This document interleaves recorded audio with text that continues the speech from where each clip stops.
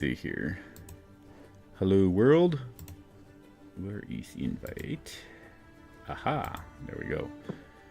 By the way, William, I sent you 2 messages. You did. Let's check that. Okay. Boom. There we go. Now we have a combined chat. All right, Hey, combined chat. Combined chat. I'm gonna have to buy me a. Actually, I'm gonna That have doesn't to work. That mutes me. put up my third monitor here so I can keep tabs on the chat. Every now and then I notice, oh, there's people talking in chat, which I can't see because I got all this other stuff up. Anyway, Yeah, hello usually world. you can- We are back for our long journey away from Talon Alton, as our group has finally defeated the nice vampire by the name of Rarvis, and currently are moving toward Nice BrightHoof. vampire. Nice vampire. And have seen that they are about to meet up with the BrightHoof horsemen, and as they travel on, of course, behind them, lingering further behind, this they gain more distance, is Armara in her carriage, but seems to just be traveling in the general direction. So, with that being said, yes, everybody does see that indeed we have about 11 different horsemen that arrive, their horse hooves thumping on the ground, and eventually meet up with the entire group. And they halt, dust spiraling all over into the air, and look at the group. Lots of eyes falling on Naboo, and more than likely probably also Illith, because Illith and Naboo are probably the largest creatures here. And A giant zombie bear. oh yeah, you did got Yeah, a I giant have a zombie question bear. about Yeah, that. they all Well, yeah, I oh. forgot about that. No, hold up. I forgot about that. Sorry, it's not my character. Oh no. Zul would probably keep it on the outskirts of the city.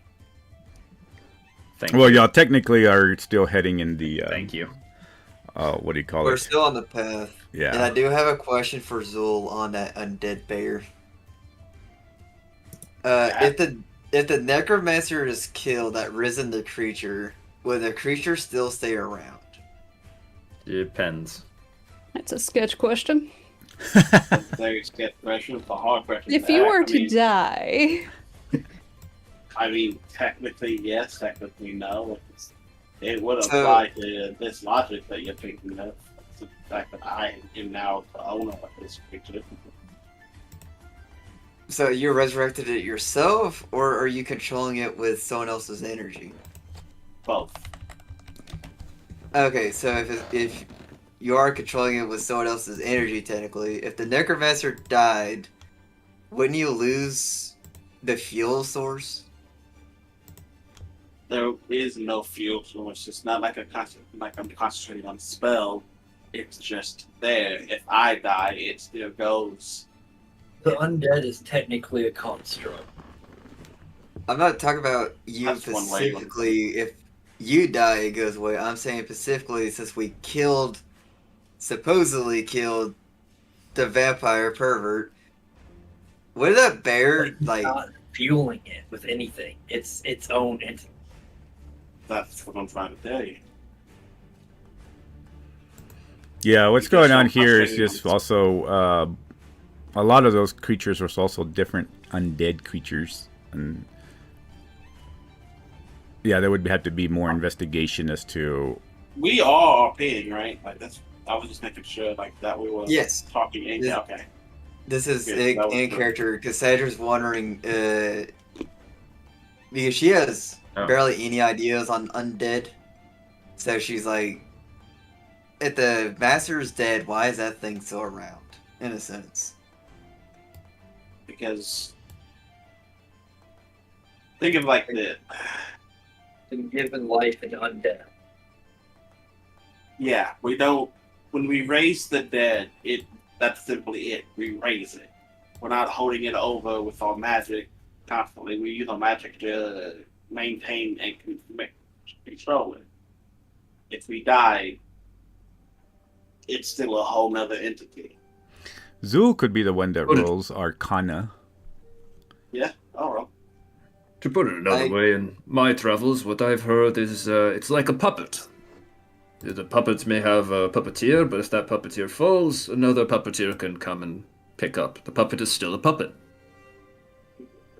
So The reason I'm asking is because if it wasn't the pervert that raised the creature, I could figure out who did right now.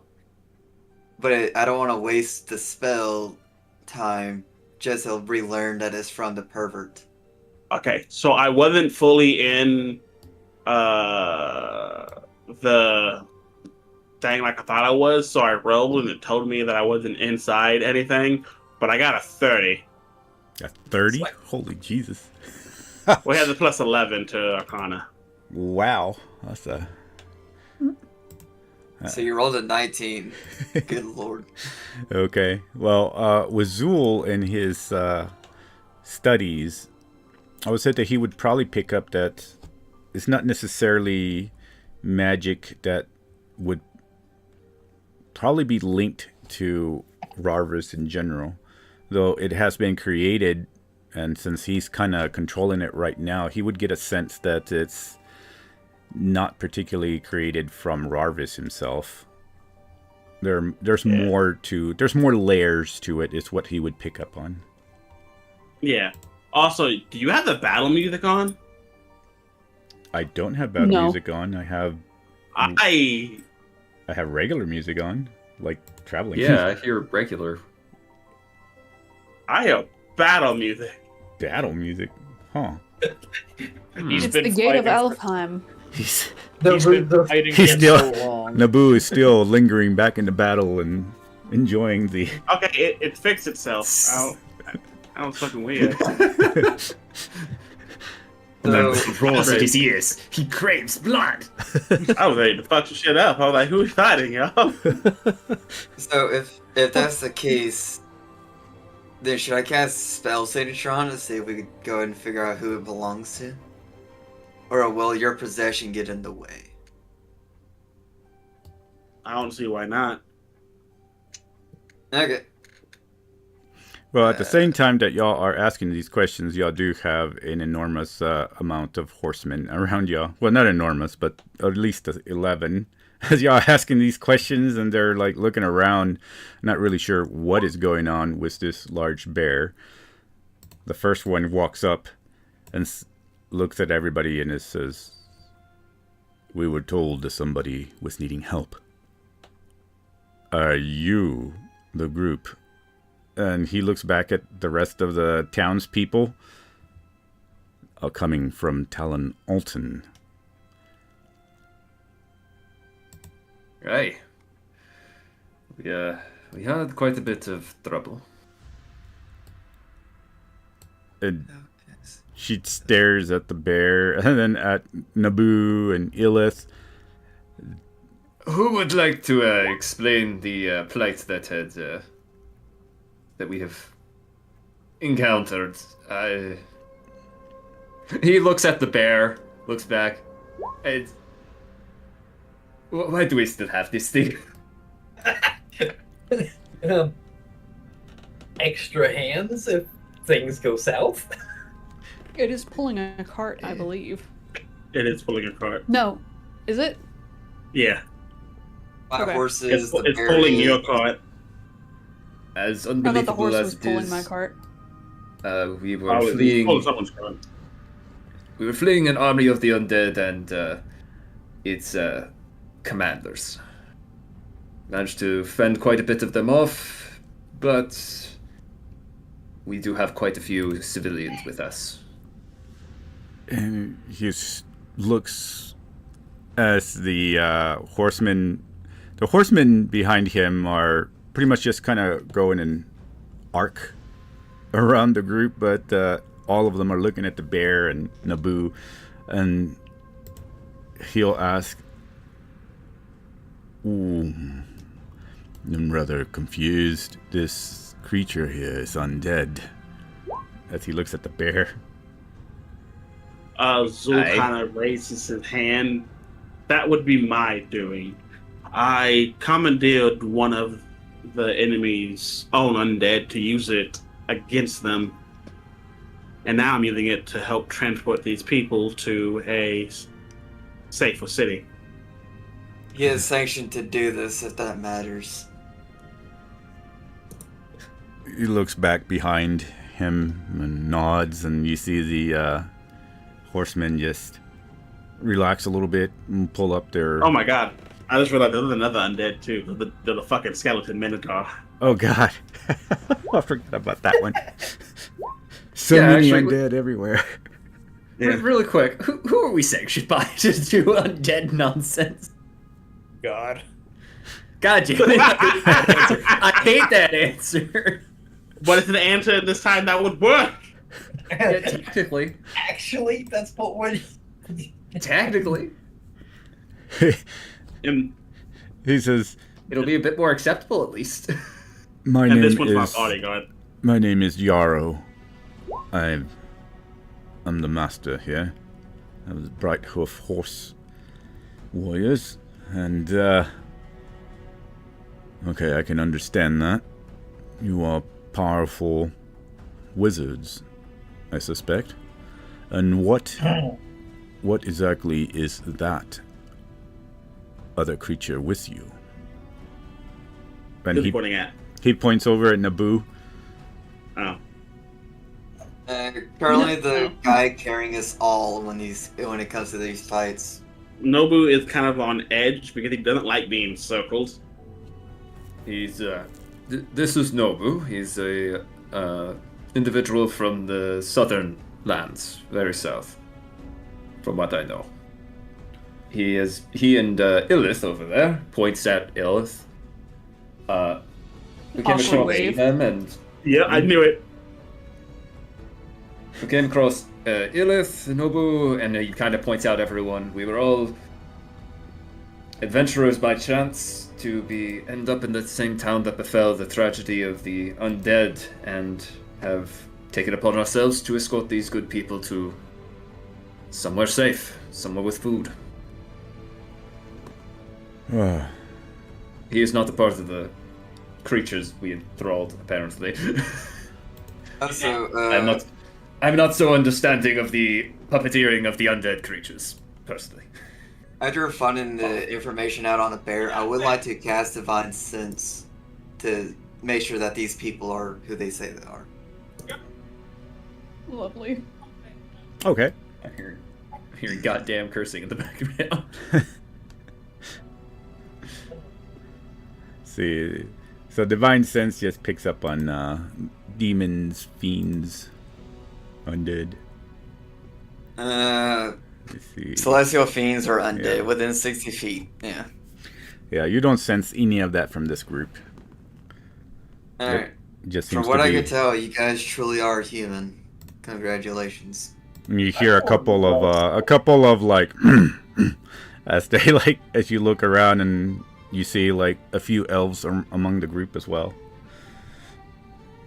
And What he meant to say is you guys are morphins. sorry, I didn't hear you. My What? eyes on the leader of the group that approached.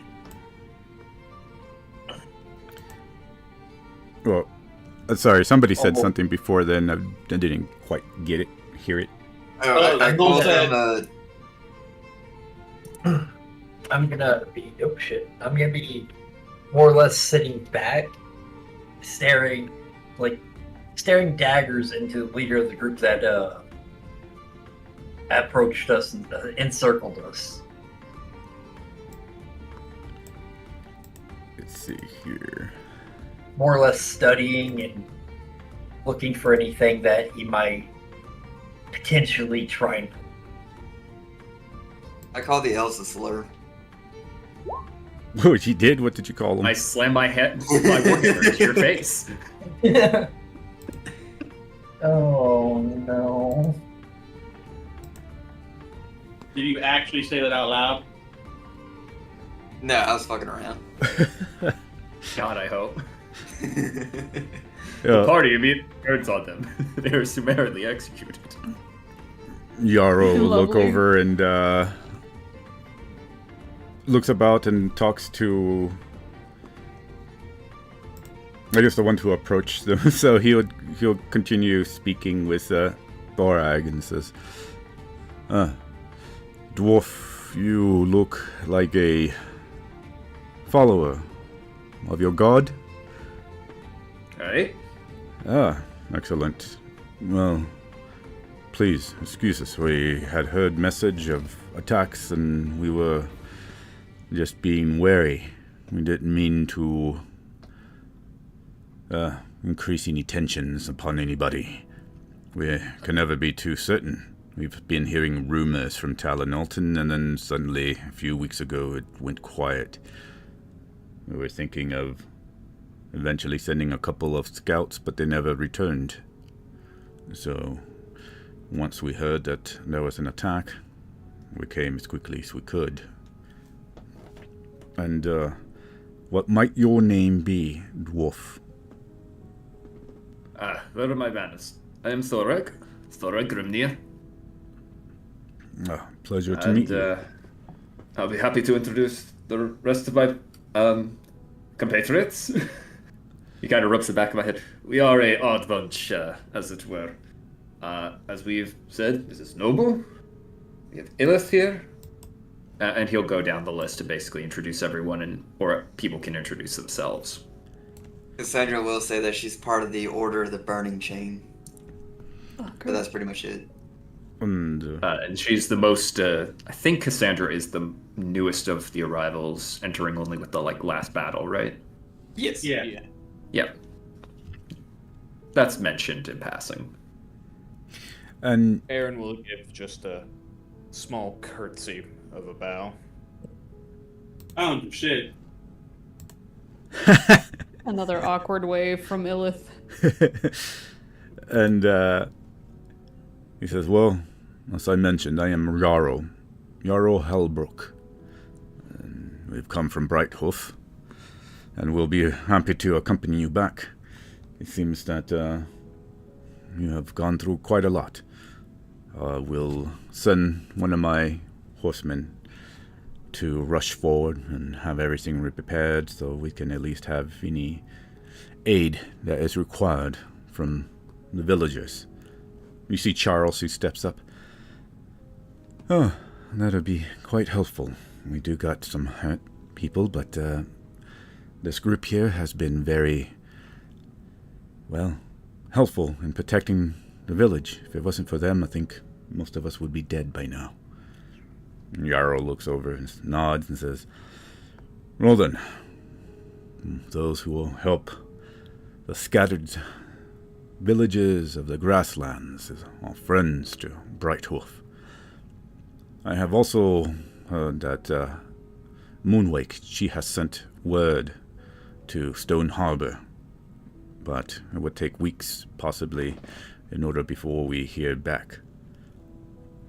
And then he starts turning around, nodding to the horsemen, and you see them all start just moving forward. And he just falls back to where Thorag is, as the horsemen kind of separate. Some of them, well, at least 5 of them will go into front and 4 will go into back. As one of them takes off to rush forward toward BrightHoof. So we'll just make a copy of this, and then so we can kind of get an idea how it's going on. So, what's the information I got from the spell signature? Spell signature. Let me see what you. I learned the type of the creature that created the effect. I learned of its class, and I learned of its organization. Let's see. So roll required, isn't it? Spell. Yeah, I got a 19. Ooh. Only thing I didn't get was his name, and I'm disappointed.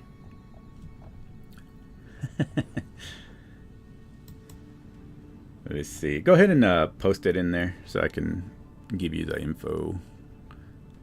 What do you mean? Oh, on the chat the spell. Oh, Is it already? spell. Oh, there it is. I see it. Yeah. So you see. So you will Yeah, I went learn past it. a type of creature. Okay, so it would be undead, Eh, and then you will know that it is a wizard of sorts, and also a fighter who created this, and affiliated with an organization. That's interesting. So you would, the Crimson Sigil, it would be associated with, and also possibly the Bone Conclave. well, that sounds like something a necromancer would know. Necromancer, what is like the Crimson Conch? The things. I forgot what the organization's called. Crimson Sigil. Yeah. I'm gonna write I that. have no idea. Right now, I should worry about that later, and let's get these people to say. We'll go back to talking to the Let me see. So I'm gonna copy this. dogs and stuff. Oh, that's the Harlow later on then. So you can write that down as that, and then the Crimson Sigil would be that one right there. So that way you can have that as notes. I will let everyone else in the party know about this information. So if you do let the party know, as you are walking and such. Not the horsemen, just our party, to be clear. Yeah. Let's see. I think if you do let everybody know, Aaron would probably have heard of that, and I guess maybe Zool would actually know about. Aaron, you would probably know about the Ebon Conclave, since you probably know about Hexa Landing. Yeah. So if that word comes up, you would know that the Ebon Claw Conclave is one of the major ruling forces of the city of Hexa Landing to the very north. I don't know if I told you that before in the game or not, but they're the ones that are made of the highest and most powerful vampires, ruled under Queen Caladora, who rules Hexa Landing. And Hexa Landing is part of the empire of Ascaria. We're fighting more nerds as well. You know, wizard fighter, that does sound like another Rarvis.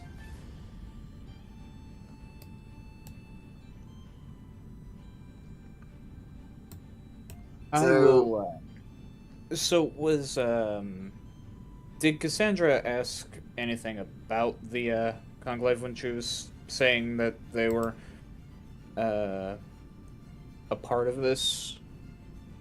She doesn't know who they are, no. Alrighty. While when Those you, infernal stuff and abyssal stuff, not undead stuff. yeah. While you're talking I'm going to the group, to Aaron will put bring up that he knows this. of Where's them. Aaron? Oh my gosh. Why is that all over the place? Mr. Aaron. God damn it! I just realized I fucked up. That should. So there you go. I gave you a link to the Ebon Claw Conclave. So you can read about it in that wiki.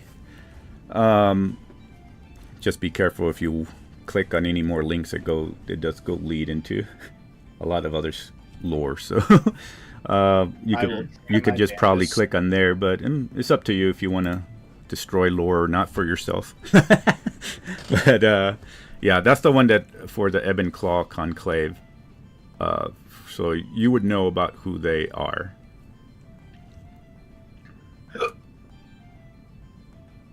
trying to type out a short background for this character, I realized after all that typing, I misspelled my name at every instance.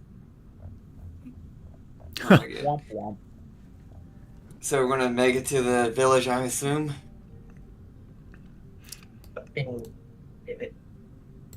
Yeah, everybody's just moving forward. Unless anybody's going to do anything in particular, I can fast forward because it is going to take at least 2.5 days to get there. Maybe 3. The most I'll do is stay a decent ahead of the party, just being a scout. Okay. Cassandra's probably just gonna stay like near the middle, watching everybody. Her horse pulling the cart.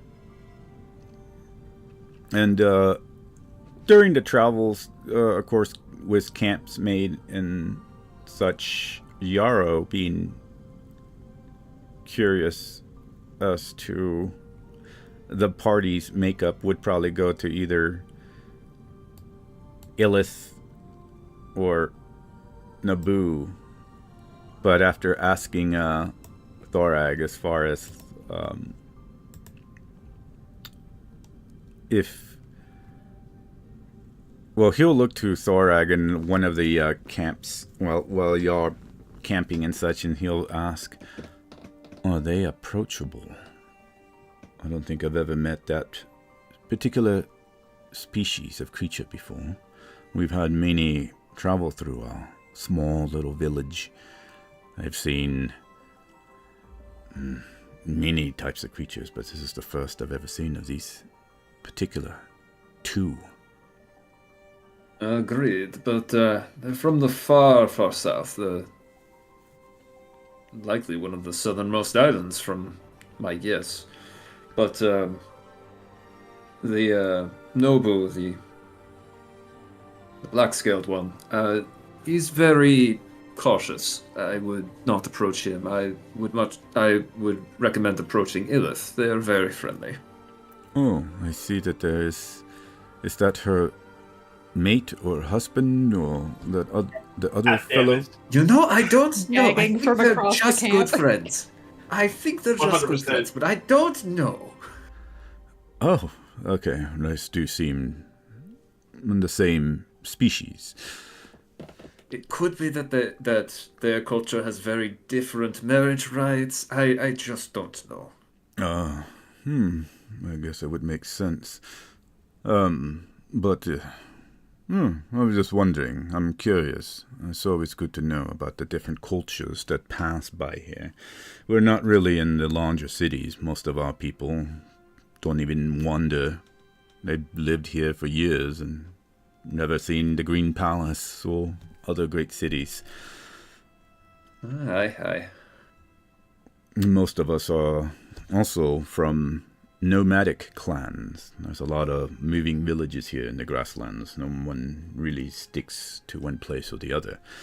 It's been like that for generations, even during the wars. So what can you tell me about this attack? What happened in Talon Alton? Well, first, have you heard of vampires? Wait, did you say Zul or did you say someone else? Or did you say... I could have sworn you said Zul's name and then Raven started talking. I was like, wait a minute, what's going on? Oh. No, Nope. he's talking to Thorag. Yeah, Yeah, that's what I Thorag. thought. And then like I could have sworn he said Zul. Can you tell me about... A place's name. Yeah, no. Alright, continue. That's not bad. I just got confused for a second. No worries. Well, he'll look at you surprised. And then he'll look at the undead walking. I can't say that I've ever met such creatures, but I've heard rumors their existence. And of course, with the recent passage of merchants and news of the West, of Polaria falling. Many people, as I've said, don't travel beyond the small villages here. They don't really know what's going on in the outer rules of the world, I suppose. It's hard to believe certain rumors, but out here in the countryside, some people just believe greatly in myths and such lore. But I see these walking dead creatures with my own eyes now, and well, I guess that is going to be such a surprise. Are they planning to go into the village? The vampires or the? I mean the undead. Group here. These undead creatures. They've already attacked one. I assume they will attack more. I mean the ones that are traveling with you now. This this minotaur-looking bone thing, and then that large bear. I would, if we are going to keep these creatures, I would recommend my fellow travelers would leave them well outside the settlement's walls. But that would be preferable. I would have to speak with Moonwake, of course, and see what she said. If they were willing to bring her in. But many of our villagers would not be used to seeing something like this. But please, go ahead. Vampires, you said. Vampires. Suppose I am not an authority on vampires, but from what I've been told what they are like, and from what we encountered vampires. I'm not a good authority on it, but they were what led the undead. There was quite a few in the settlement we came from, and then on later attacks upon our traveling group, it was always led by at least a vampire or two. You see, as these other horsemen had, like, with their horses are tied about and to whatever sporadic trees are around, but they're sitting by the fire and they look at each other and everything goes silent as they were eating. And then they just kind of like have this look about them, and then they start looking into the darkness as the sun is setting. And you see Yarrow like just nods, and some of them grab their weapons and just kind of start walking the perimeter. And saying that, I recommend very strict watch during the night. A lot of the attacks have occurred at night. I've heard rumors that vampires like the night and not the day. And at that point, also, eventually you see, like, the squeaking wheels and hoofs by the passage. You see Amara's carriage finally catch up to y'all, so y'all take camp and keeps just driving past y'all. And, that's fine. And, as, he just kind of looks at the carriage, and then he just looks behind the carriage and looks all over the place. That is quite nerve-wracking. I've never expected such creatures to actually exist. When your group fought these creatures, I will have to possibly take notes. I hear vampires are very powerful undead things from legend and lore. We must all be very powerful in order to be able to fight. I'll be completely honest, I think we got a bit lucky at times. Well, thank Persephina that you were around in order to protect these villages from Talon Alton. What can you tell me about it? Is Talon Alton... Did Sheriff do anything? Is the Sheriff dead?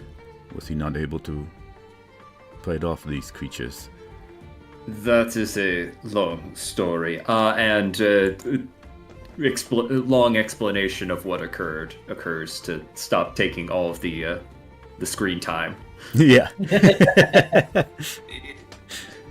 I do have cuts to different dialogue going on. Yeah, for sure. I do have a question for the guy real quick. Has he heard of the Sulfurics being around here? And he looks... I don't believe I have.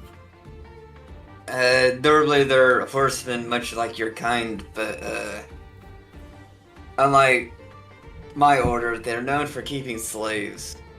Especially the leader who carries a mask of Persephina that's been disgraced. I'm sure if you encountered him, you would well know. Oh, I haven't heard of any, but I wouldn't be familiar with such. Especially those that would keep slaves, as this is of course South Goya, maybe North Goya, but South Goya has never had slaves in many thousands of years.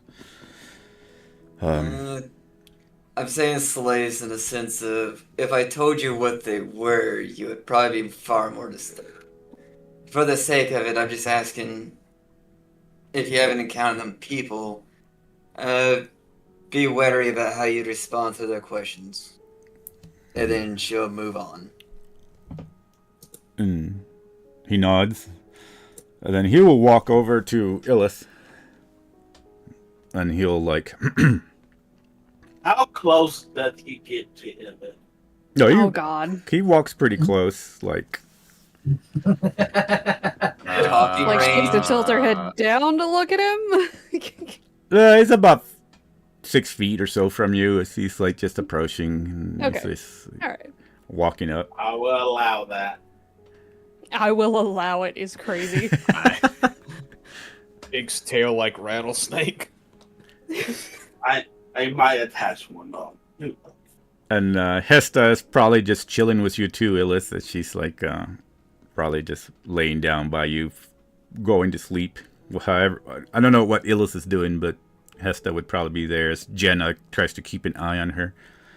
And If it's getting pretty late, she's probably actually like sitting on the ground so that Hesta can like sleep kind of in the fold over tail. But she will acknowledge him as he approaches.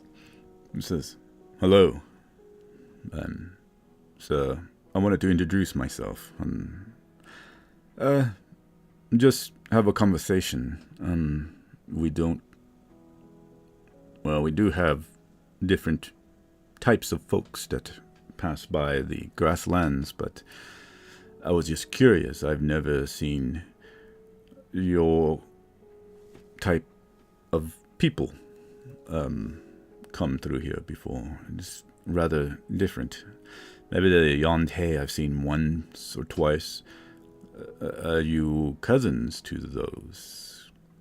that particular people? And she'll do her best to do a smile because like her face isn't made for that, and she will offer out a hand. First, my name's Illith. I know we were introduced earlier, but I come from a place very far from here, and I don't think many of my kind have made it to the mainland, so I'm not surprised you haven't seen us before. Is that your husband over there? And he points over to Hermes, wherever he might be, or whatever the green fellow. Her face contorts in almost disgust. No, we hardly know each other. We just happen to bump into each other, which I think is quite the coincidence. All she can say is no. So I take it that you maybe mates with this one. And he like just puts his hand over to Naboo, like just kind of looking over at Naboo. I look confused. Word comes out. All you see is Naboo's head tilts sideways.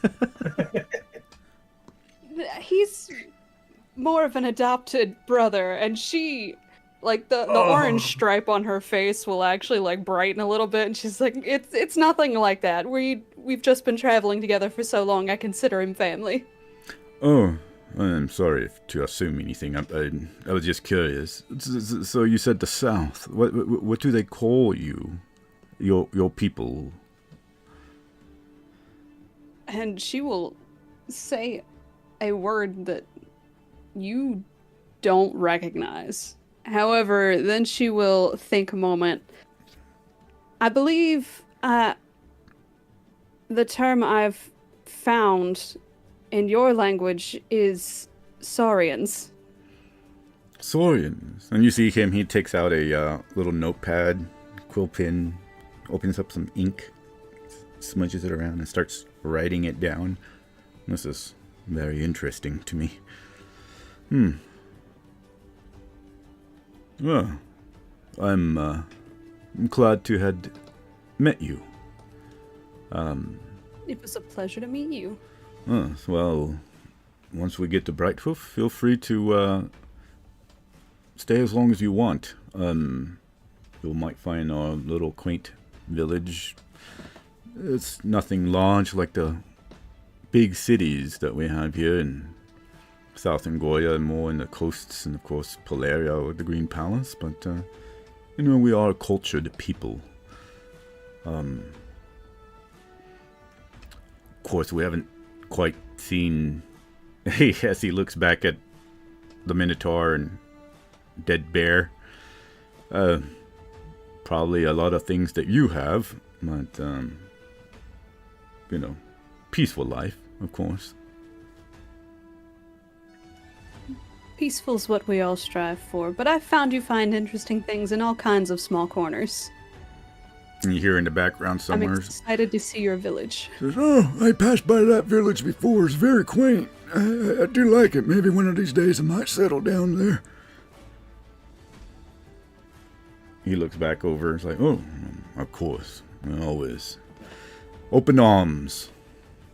And he just kind of nods and looks at anybody else that might be around, and then just walks back over and sits down on the log that he was sitting by, the campfire. And Hesta just kind of like turns over to her right side. And Jenna just looks over at you, Illith, and says, huh. I wonder if they got a bakery there.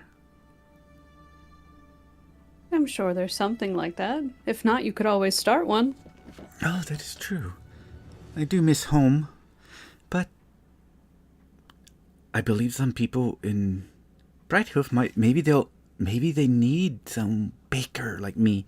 Oh yes, I can see it now. Baker. The breaker of BrightHoof. BrightHoof Bakery. Has a lovely ring. And she just kind of hums to herself as she just kind of gets dazed and thinking about plans. I don't want to leave Hesta with this lady anymore. She's gotten crazier every session. She's been days without baking. It was the... Baking what did you is hit her her with? craft. Was it Dissonant Whispers? What Me? did you hit her with? Yeah. Oh yeah, I gave her brain trauma. That explains it. I sent her to a full-on coma, and then she woke up different. You're the reason she's like this. Yes. And then, aside from that, the morning comes after everybody, of course, takes a rest for the night, and everybody proceeds on. And passing this warm now. You can sense the warmth hitting here if y'all leave the mountains. Seems like you're actually going down a little bit in a sense of from sea level. And though it is the cool months, it's not quite as cool as it was where y'all were at Hearthstone or Talon Alton. It's still cool, but maybe in the 60s.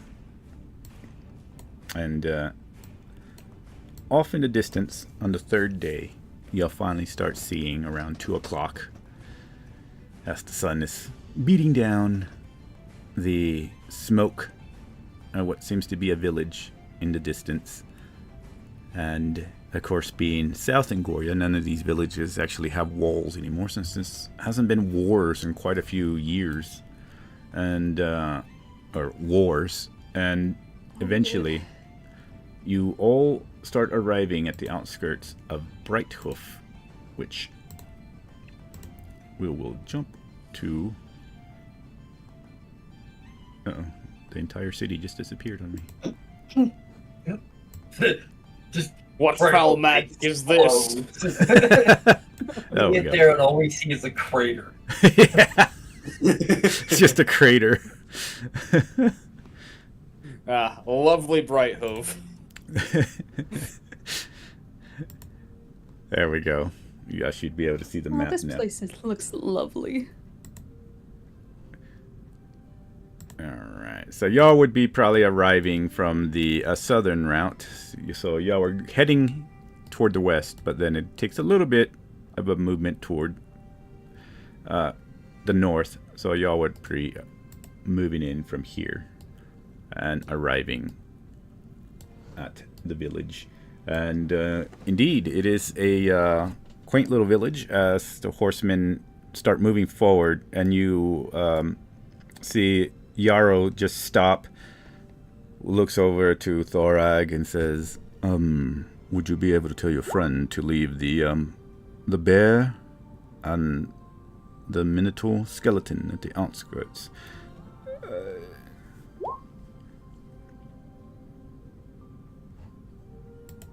That's a Seal question.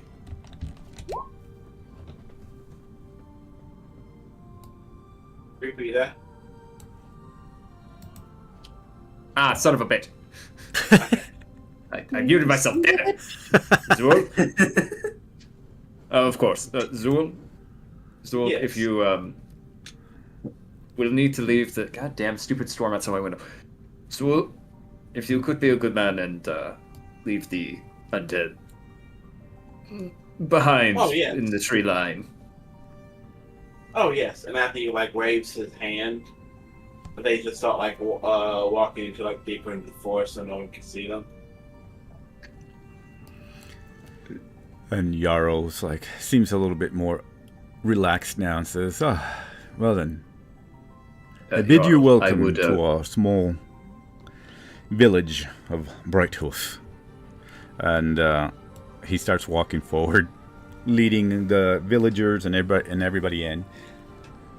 And I would recommend that you tell any townsfolk that might end up in the forest at any point that they're there, just to warn them so they don't come screaming about monsters in the forest. Oh, that would be quite preferable. He looks over at two of the horsemen and they just rush forward. And one of them stays behind just to warn people. I would prefer not some poor hunter coming back and going, monsters in the forest, they're coming for our souls. Yes, that would be quite horrible. Probably scare some villagers and children. And the villagers from Talonolton seem very relieved as Gregory walks over and he's just like, oh, and he walks over to Illis. Oh, well, it seems like your group just finally saved the day. Oh, we finally made it somewhere safe. Oh, man. This place won't be safe for long.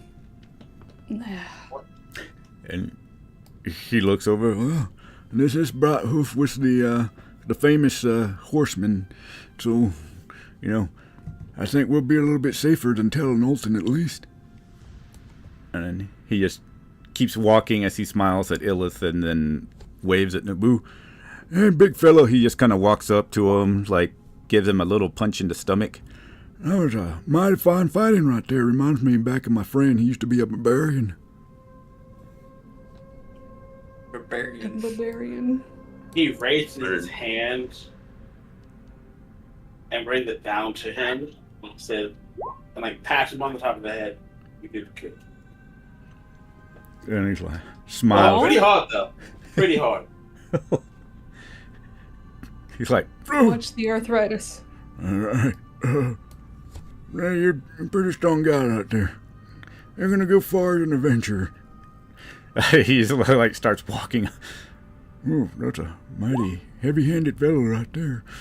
And he waves at everybody else in the group. It's like, Thank you all for helping me out, and the whole lot of us from Talonolton. I'm kind of sad that I wasn't able to help my friend, but, well, I guess I'm the last of our group. And at least I learned how to do the fly spell again. And then he'll like take off flying again. Oh, yeah. Starts flying into the village. I will treasure his signature always.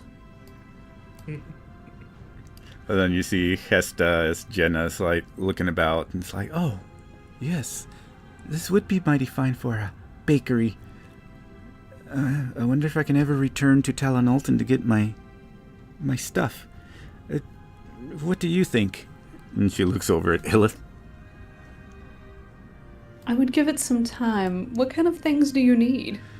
Oh, well, I did pay a lot for that stove to be handmade. And of course all my flour and ingredients, and, well, I lived in my bakery.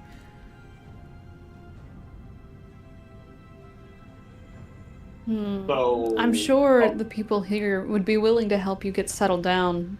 But maybe once everything calms down, you can go back and get the... Uh-oh.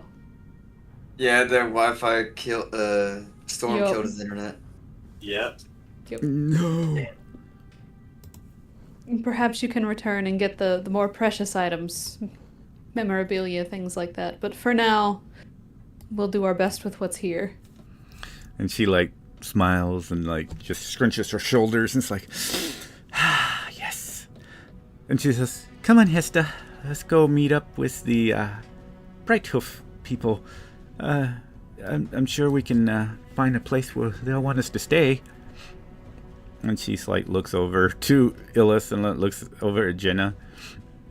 And she kind of grabs Illith's hand. She says, are you coming too? Are you going to stay with us? Oh. Illith is gonna look over at the rest of the group to see if they are listening and if they're gonna give her any, like, nods or head shake. I will. We're either come gonna over. ditch your child like any other orphan, or you're gonna join and die with us. I will Damn. come over and kind of kneel down to get on eye level with Hesta. We will be going into several dangerous places, and we wish for you and all of your fellow Talon Alton citizens to stay safe. If time allows, we will return and visit as often as we can. And she stares at you with a frown and then looks up at Illith. And she's like, okay. And she like, I don't think Mama had family here. And she looks over at Jenna. Am I staying with you? And she like looks, oh, of course you are. And we can bake all day. We can make cookies. And she like looks back over at Illith and she's like, you see her kind of sad. It's like, I don't know if my mom or they never spoke of family. They just went to Talon Alton and stayed there. And never left. My heart. Okay. Illith is Don't going worry, to. child. I relate to you. Just don't You turn wanna out like take me, those okay? Huh? You want to take it out, don't you, Illith? Okay. Yes, but like Illith loves the little girl, but she knows that she can't travel with them because it's so dangerous. She will lower her body to the ground with a thump and kind of hug her, and like her head will like over the girl's shoulder. It's a legit hug. I'll come back and visit.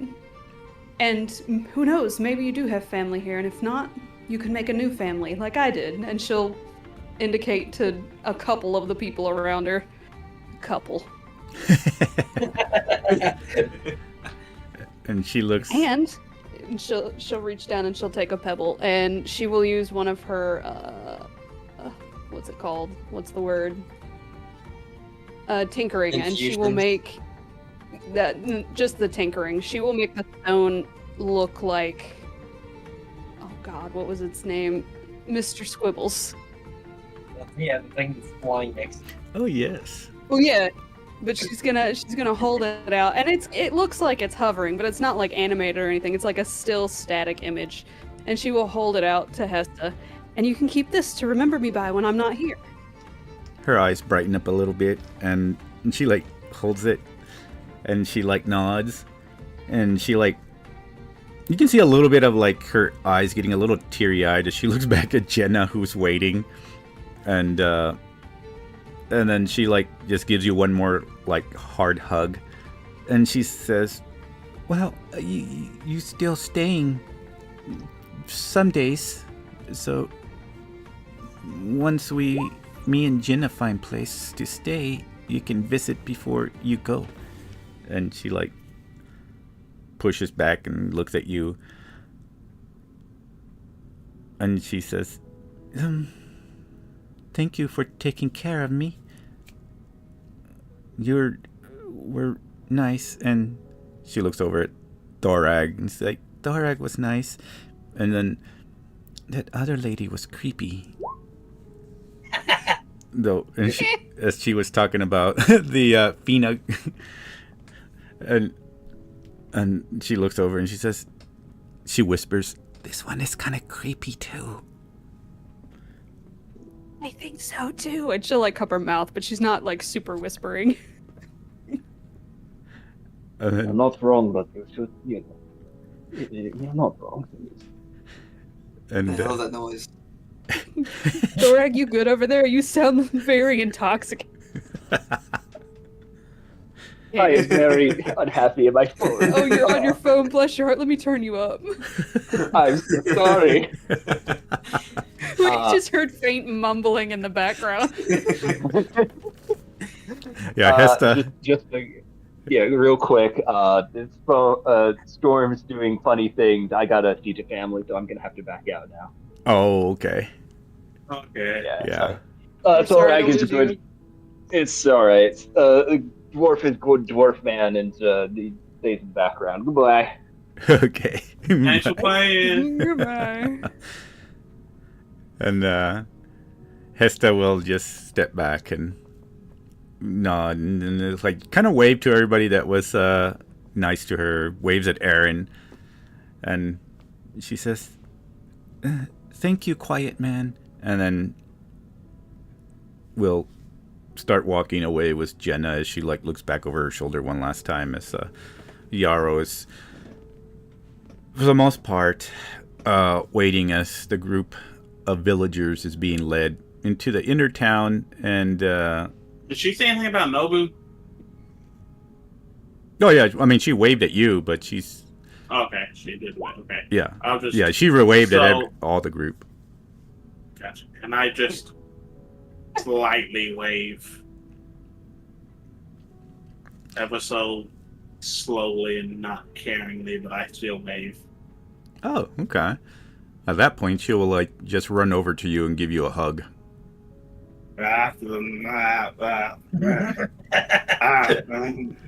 And she looks up at you and she says, "Thank you too." What do I do? I look at it.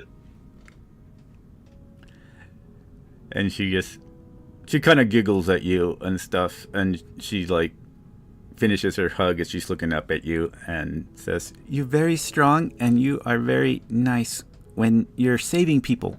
And then she like runs back to Jenna and starts walking away. Ella, I think she did something to me. I feel warm inside. Aw, buddy. I don't She like pat this. him on the shoulder. Am I dying? Do saurians have tear ducts? Is Illith crying? I mean, yeah, I feel like, yeah, you are still humanoid, so, yeah, you have to. Geckos do, but I know lizards do, technically, I think, so yes, you would. Oh God, Ella, your face is leaky. Yes, it is. She'll start wiping away the subtle tears. Would it be too terribly intrusive if I went Yes. with Jenna to make sure that she got where she was going safe. Go get your girl, man. Go. Do it. Oh, Drop her a sending stone. And you were going with who? Jenna, to make sure she gets to where she's going safe. Oh, okay. For And sure, getting a yeah. girl that can cook. And yeah. So basically, this is where the party is currently right now, as all the villagers are being led toward this part of town. You can see them going this way, and then some of them are also being split off to this area over here. And once the entire village is pretty much taken over, Jenna and Hesta are actually here, which this, Aaron, you can see has the symbols as being one of the chapels of Persephina. And as y'all are passing by this one, this pretty much just seems to be kind of like a town hall as you are passing this one. Pretty large, but that's where the rest of the group starts being led by Mr. Yarrow. This is, so Aaron, you can follow them all the way to here, and then the rest of the group is going to be led here. And Yarrow says, well, I think everybody is going to have a good, safe place. We got food for everyone. Moonwake has said that everything was prepared for them. Any aid, healing, food, and for the group that helped, we have some people that would like to talk to you, of course, at the town hall. If unless you rather rest first, we can provide some resting quarters, of course. Cassandra, just go ahead and head to the town hall. I go wherever Ilith goes. Resting until tomorrow would probably be smart. Thank you. All right. It was that then. Where are we going? They still take you to the same place. Let me move this map here. I wonder if I can grab everybody. Give me 1 second here. Grab everyone here. Is that the market up in the top left? This, I think, top left. Yeah. Yeah. Okay.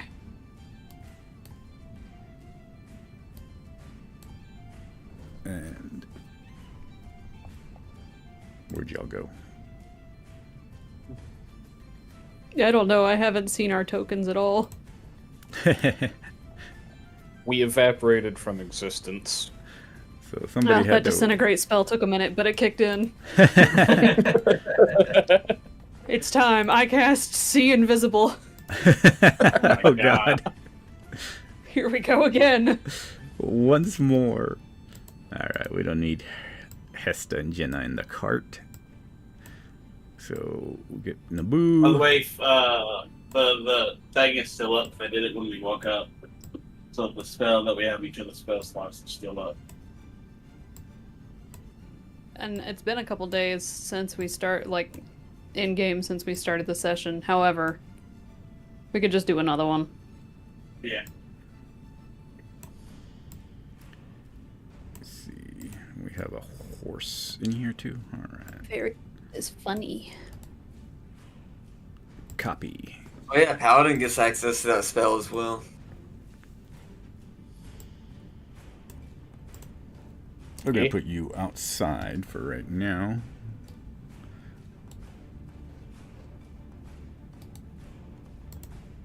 Whoa.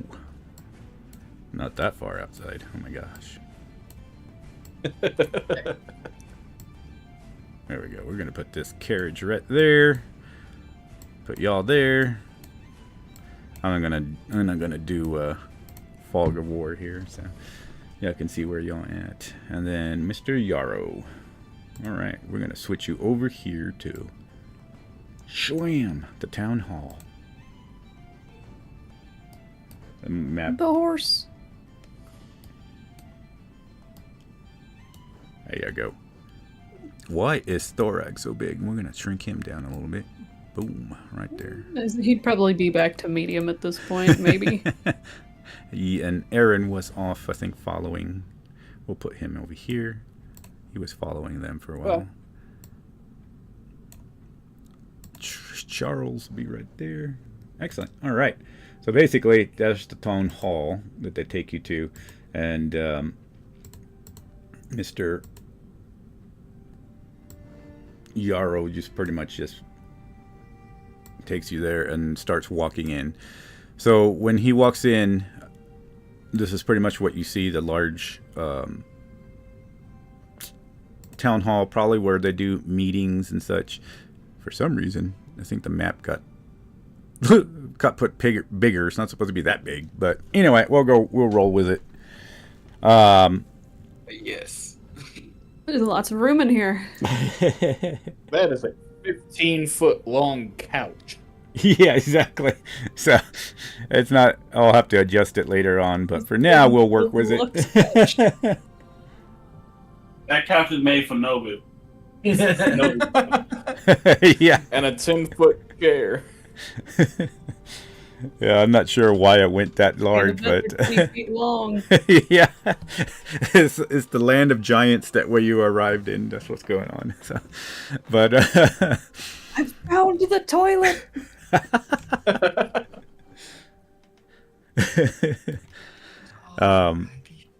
But you do see that there's a female, half-elf female waiting for everybody inside, and she'll welcome everyone as you step in. And she says, I suppose this is the group. And Yarrow says, this is them. We met them at the path heading here. Fortunately, we didn't meet any enemies there. Apparently, we're dealing with this undead. Rumors from the rest of the world seem to be coming true, and now has reached our grasslands. And she looks about and says, oh dear. Well, welcome everyone. Welcome to our town hall. We usually use this in order to do meetings for our village. But considering the situation currently, and we're trying to make room for everyone, I really wanted to speak to the group. Yarrow had sent message ahead of everyone and explained that this group was very helpful in helping the citizens of Talon-Alton. He sees Charles, who steps up, and he says, yes, they were very helpful. My family and keeping the villagers safe. Our sheriff didn't do a damn bit of good. In fact, I don't even know if he's still alive. And Moonwake, she just walks over and says, oh, I see. Well, one can only hope. And who exactly are all your names? I am... Well, you can call me Moonwake. A druid of some sort. Repeat that again? Are you a druid of some sort? And she says, yes, I am. I'm some sort.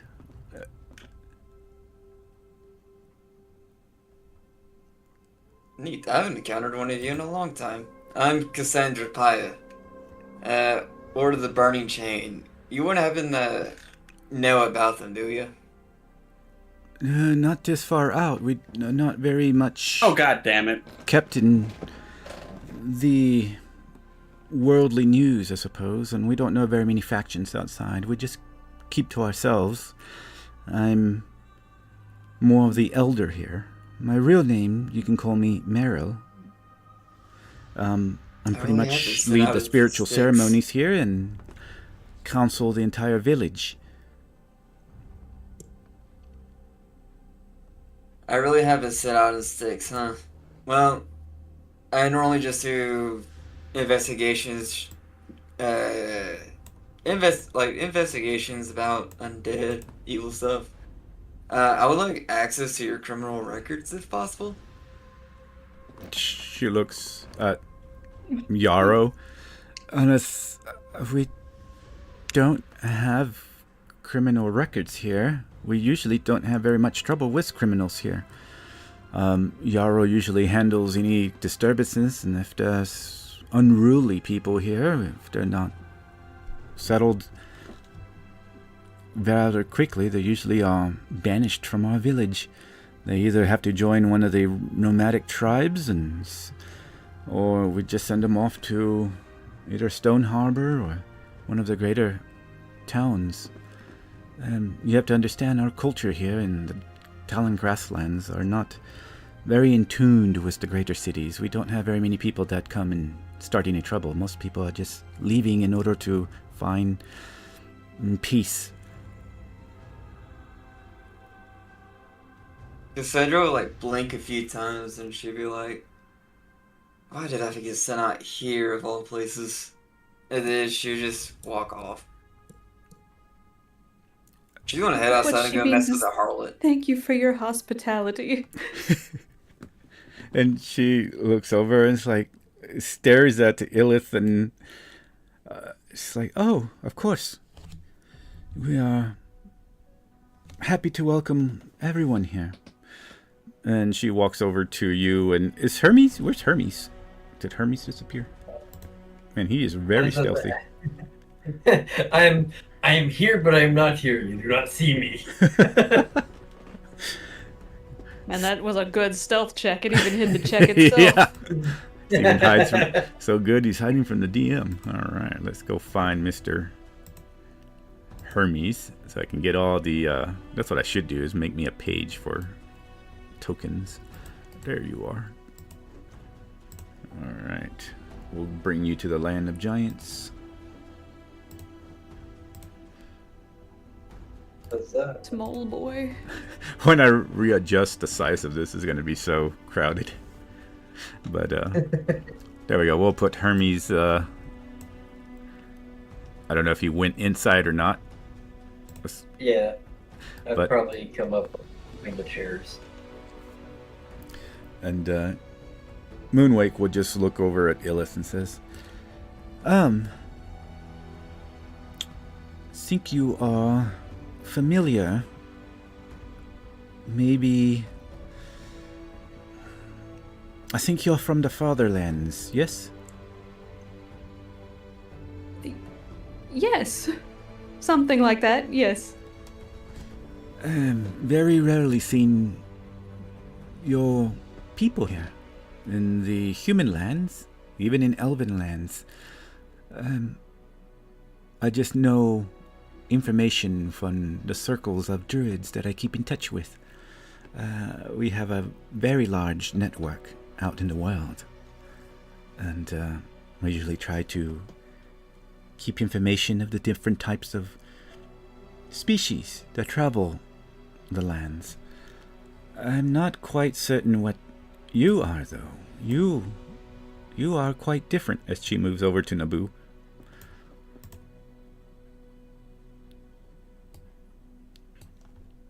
Naboo just looks at her, looks at Illith. Looks down. 13 feet up. Hey. He might be ducking in here. I think the ceiling. Well, no, I think these ceilings would be about 15 feet. So. Okay, so I'm pretty comfortable. You're gonna hit any chandelier. Yeah, probably a chandelier or so. Says. Damn it! I have 3 working eyes. How the fuck I missed the chandelier? Don't eat the candles. They look delicious. She just smiles up at you and says, "Hello. And what species are you? Even my druids I don't think I'd have recollection of your kind." Nobu, in your head you hear, "Be kind." You just hear a loud sigh. I am Nobu. I am a Nori. Nori. Oh. Yes, I never heard of a Nori before. Well, it is such a pleasure to meet you. And she, like, puts out her hand.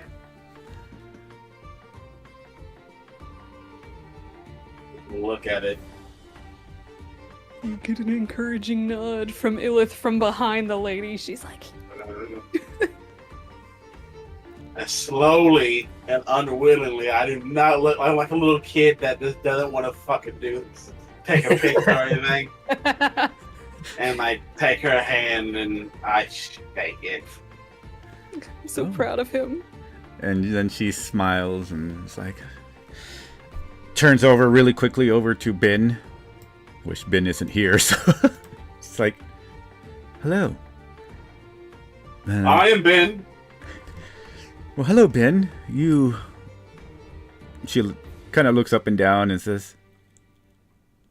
oh, Persefina. Follower Persefina. It's a pleasure to meet you. Yes, I am Ben Guard. Fuck, what's his title again? He says it so many times I can't believe I actually forgot. Crusader.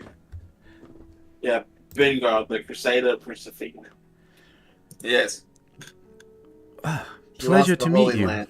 We actually have the Chapel of Persefina here, though we do have other deities that we worship, such as Angoria. Excellent. Thank you for that information. And she says, of course, we also worship the elven goddess L'Oreal. And she looks about the group. If anyone would like to do worships of L'Oreal as well. I note that she is an elven goddess, but we do have a large number of elves that live in BrightHoof. And then she'll walk over to Zool. And she looks confused. At first, she's like... Zool wears Persephone's talisman too, right? Or symbols? Yep. But his is much darker than Vanguard's. And she'll look at it a bit confused and says, I see that you also worship Persephone. Yes, I do, ma'am. She's looks at the talismans. I don't think... There's something troubling you. No, I just should learn not to jump to conclusions. It seems that you are... I can't sense you being a cleric of sorts, but many people follow Persephone, of course. That's correct. I am not a cleric. I'm a wizard. Oh. Yeah. I study the laws of necromancy. And then she stops there at necromancy. Very curious. I'm gonna look at Illith. That just be anti-cleric. There's a shrug. And she just walks back and says, well, Persephone has a path for everyone. Well, thank you for introducing yourselves. And she will go over to Thorag and Yonsei at the same time, and she will introduce herself to them, and then she'll walk over to Hermes and say... She, kind of lifts a finger and says, from the same lands. And as she looks over at Illith, it's like, and who might your name be? My name is Hermes. You said you know of our kind. Where have you heard of our kind being before? Oh, as I explained to your friend here, from the many different druid circles, we have a large network across the world. In fact, I was privy to the information that we gathered from the Circle of Druids when the spell engine was brought down. It was because of the druids that we were able to inform Polaria and, of course, Queen Aurora, or Princess Aurora, excuse me, of the spell engine.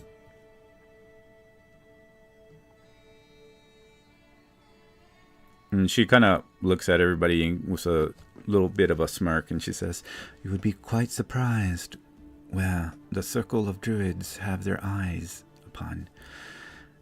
Though we don't appear in the world very often, we do have, well, let's say, a web of connections through all the continents of this world."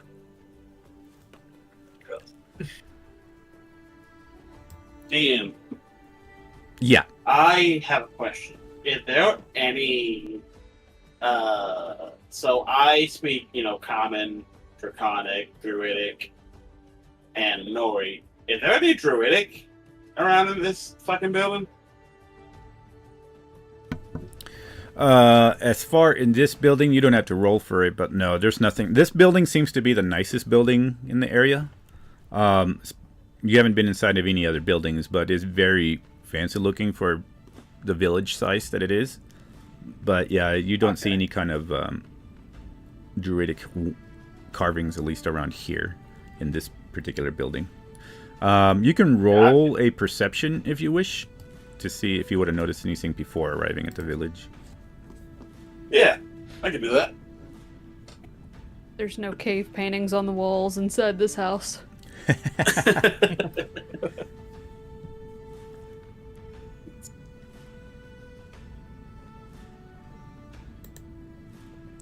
I don't give a fuck. I got a 10. Yeah, you didn't notice anything. You were still being warmed up by the hug that Hesta had given you, trying to figure out if you were dying or not. Passing out. I'm passing out. And for the most part, while y'all are in here, if y'all do, it's just for the sake of conversation, she's going to ask everybody questions. So basically, I can just ask y'all if y'all's character would explain what happened in Talon Alton and what happened at Hearthstone, or if y'all just do not give much of the information on that. So that way we don't have to go through it all. Make it pretty simple as she asks everybody for like detailed information as to what's happened, because she wants to know pretty much what's going on, if there's danger to this village, and if there's like a need to call on Stone Harbor in order to send their militia or something like that. Illith would stay and chat with her because she would also have questions about like druidic practices. And anybody else? I'll stay with Illa. But I don't know. I keep talking to a Bearman. Cassandra left. Yeah, Don't worry, Cassandra Illith and will talk Aaron enough for both are of you. like doing their own thing right now. So I okay. would stay like in the room and listen, because I'm not fully trusting of this elven woman, And Charles. and I'm a little sit more here. curious on what information she has to hold. Okay. Excellent. Duel seems no point of going anywhere else as of now, so he'll pretty much stick around. Okay. Alrighty. Well then, since y'all all staying there, we're gonna jump to Aaron and then come back to Cassandra really quick. But before we do that, I need to take a quick restroom break, and we'll come back and continue on. Give me about, let's do like a. Well, if anybody needs a break, let's go ahead and do a 5-minute break, and we'll come back and start. Gotcha. Sounds good to me. We'll Alrighty. be right back. BRB.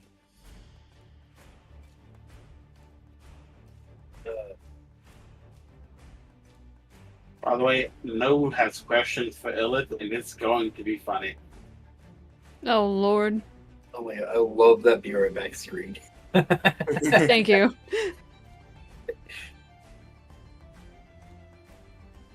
By the way, I love the color scheme for the like the interactive that pops up when I talk.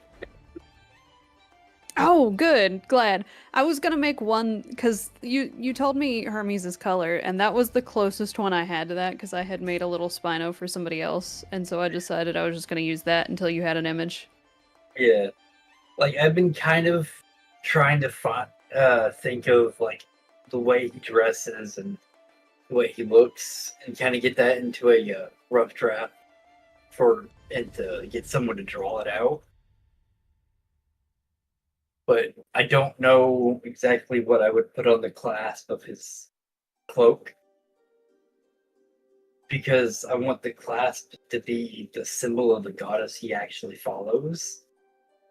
But I don't know what the symbol is. Let's see. I know the symbol is generally listed on the lore page. Hang on.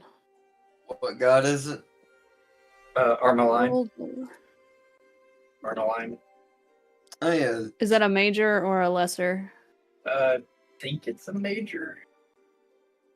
I'm back. Deities, main pantheon, greater gods. Armalime, god of time. Yep. Let's see.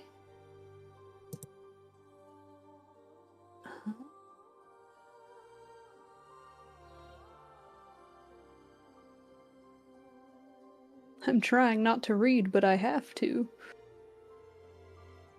No, Looks to suck. very. His symbol is a snake coiled into the shape of an 8 with the numbers 1 through 12 circling it. So infinity and a clock, basically. I was going to say it's an infinity snake with the clock numbers on it.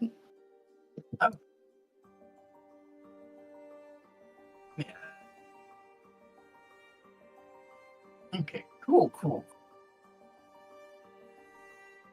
A little bulky for class, but hey, whatever works.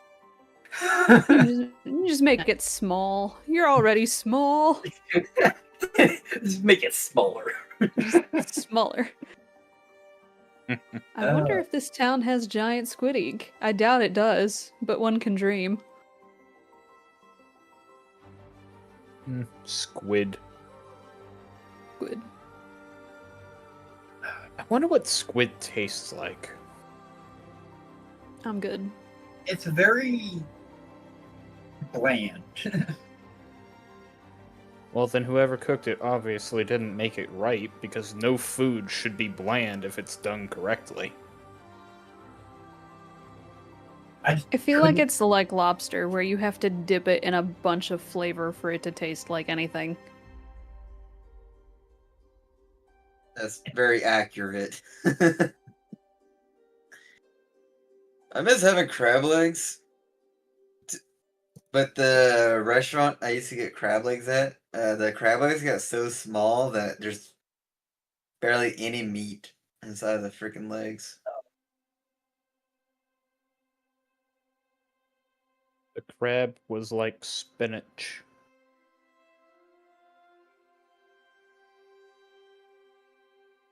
Ugh.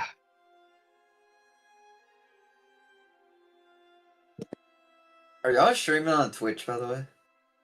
Yes. Ooh, I know a question that will trigger Twitch's censors, but it's completely innocent. Don't you dare. If you do, I will fuck you, and then fuck you up.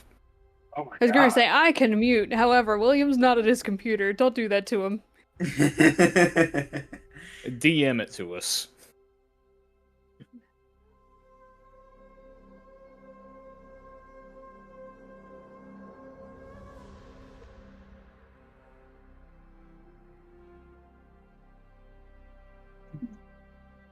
I put it in general. Ew. Why would that trigger the censor? I don't know, but it does.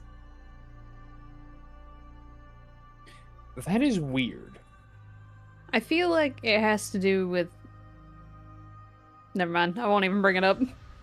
As with all things, Urban Dictionary has the answer. I feel like it has to do with the last word in that sentence and a slur associated with it. But there's no ER on the end. It's just. I know. It And I the know. I the sort way of know. it's said or pronounced, Twitch would pick up on it and try and flag it because of it comes just close enough for them to throw a conniption fit. Oh, I'm surprised it didn't flag my stream like 40 times when I was playing Fall Guys. That's because you are a woman. You have advantage. Damn. I wasn't a face streamer by then. People didn't know. Your voice still gives you away as the woman. Yeah, I you sound like a white man. woman. You sound like a masculine everybody. white woman.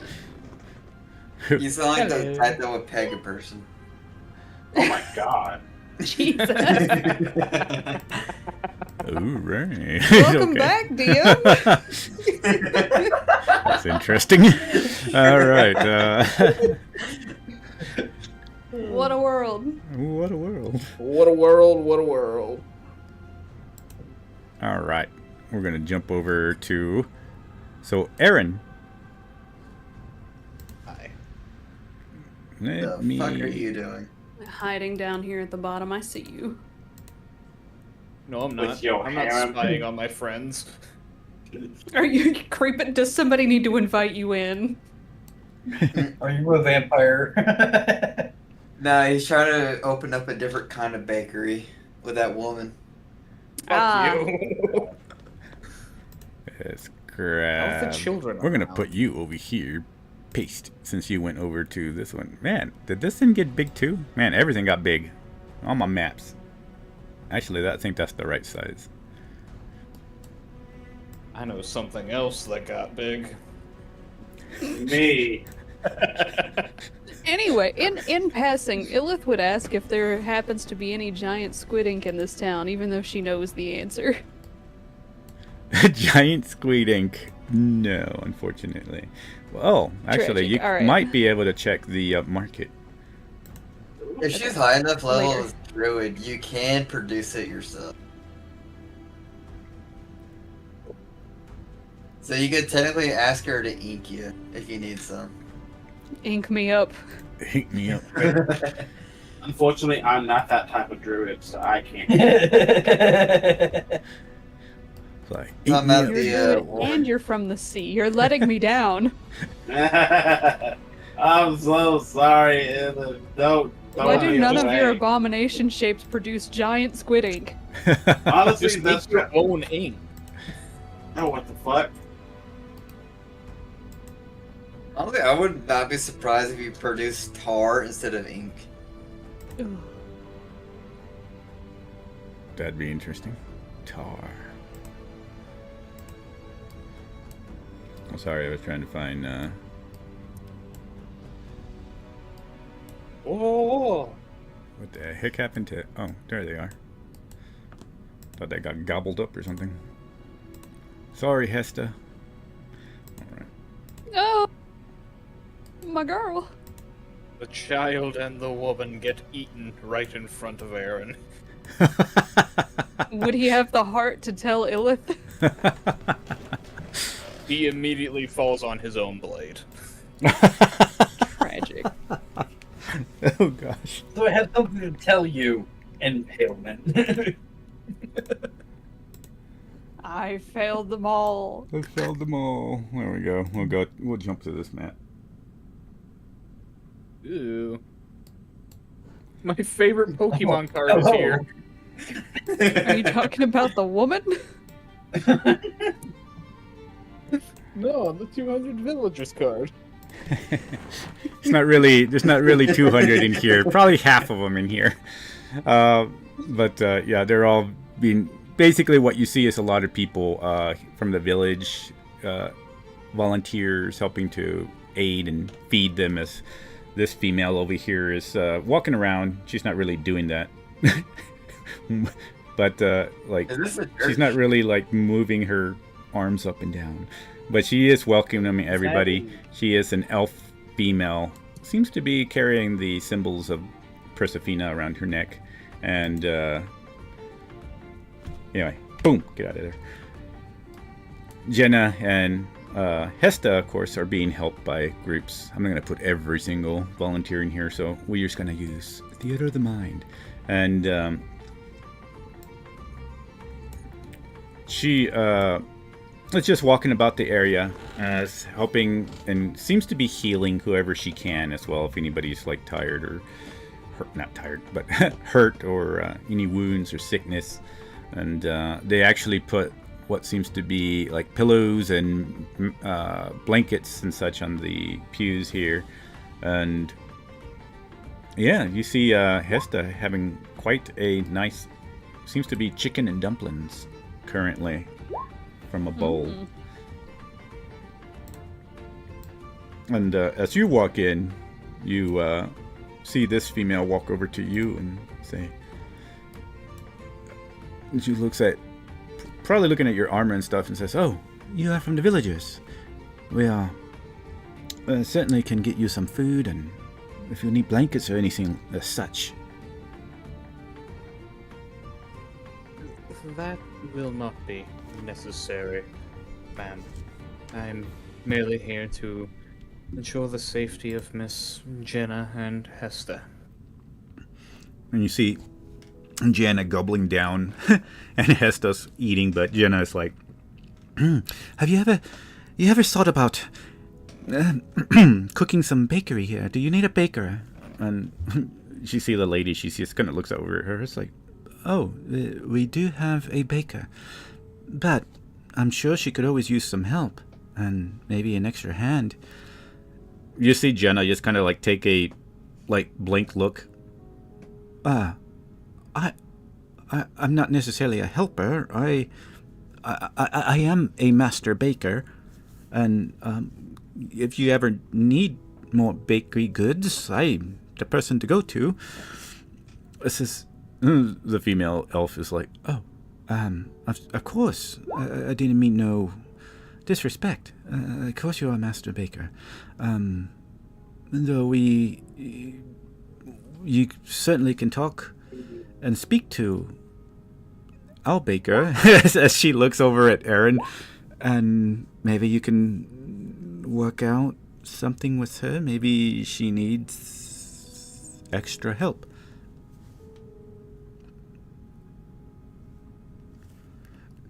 She just kind of looks over at Aaron like, "Who is this person?" She has had a very stressful last couple of weeks. Yeah, of course, I will do whatever I can in order to provide her some comfort, and yes, maybe get her a place for her bakery. Maybe I can introduce you to one of our helpers, and they can escort you to an area you can bake. And she's like nods her head very fast as she like slurps down another spoon of dumplings, and she's like, oh yes, I would like that very much." And she would nod at one of the people and says, "Well, when you are done, we'll be happy to escort you there." And she just kind of walks back over to this side. Is there anything I can provide help with for you, sir? By the way, my name is Dara. It is lovely to meet you, Miss Dara. And I will go for a handshake. My name is Erin Veldrak. She pretty much just puts her hand out, like, with her palm down, and, like, just holds her hand out to you.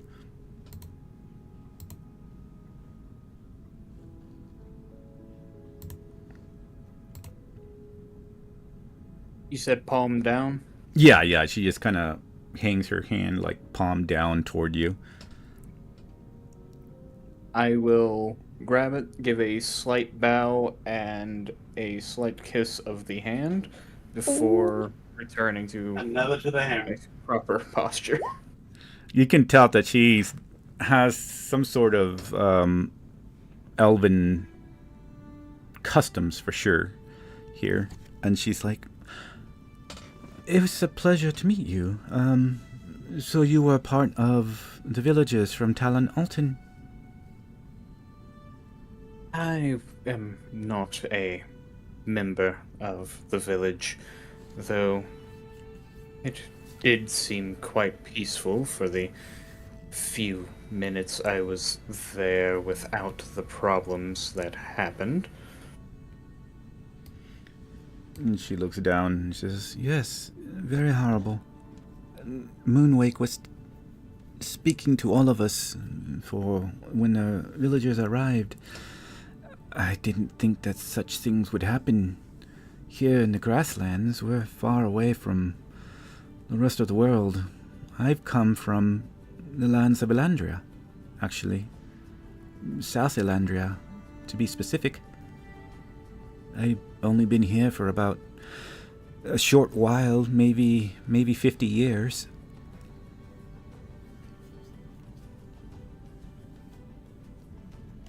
"50 years is quite some time. Um, How was your homeland before you left?"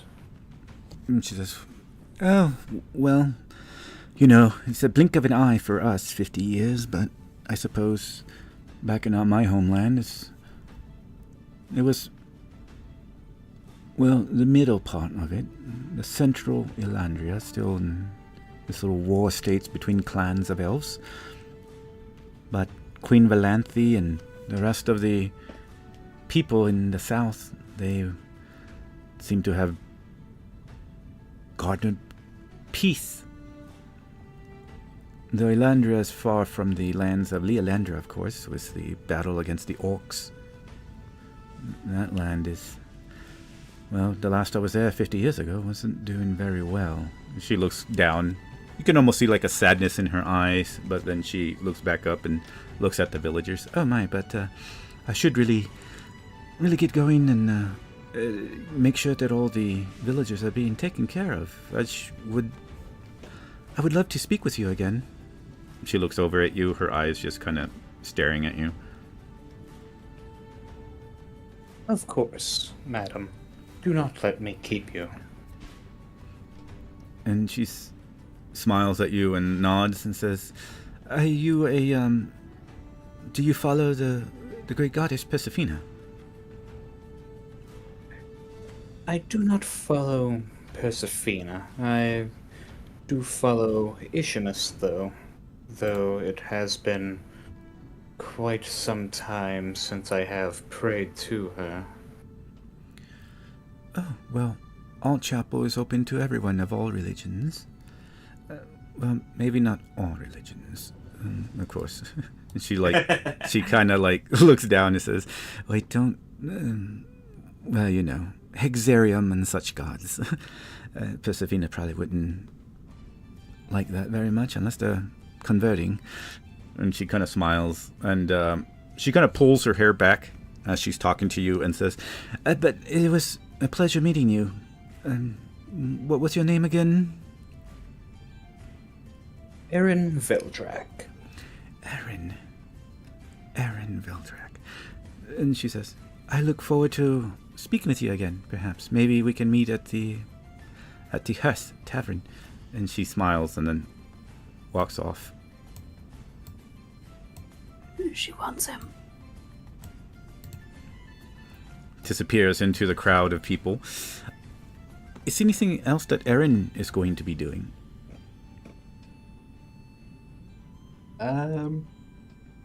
He just came here to make sure Hesta and Jenna got here safe, so he's probably just going to go about, make himself helpful, cleaning messes, handing out foodstuffs, things like that.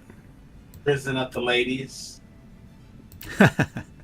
And you see Hesta, when she's finished, she kind of just walks with him and helps out people. As Jenna is like, don't wander off too far. We're gonna go baking here pretty soon.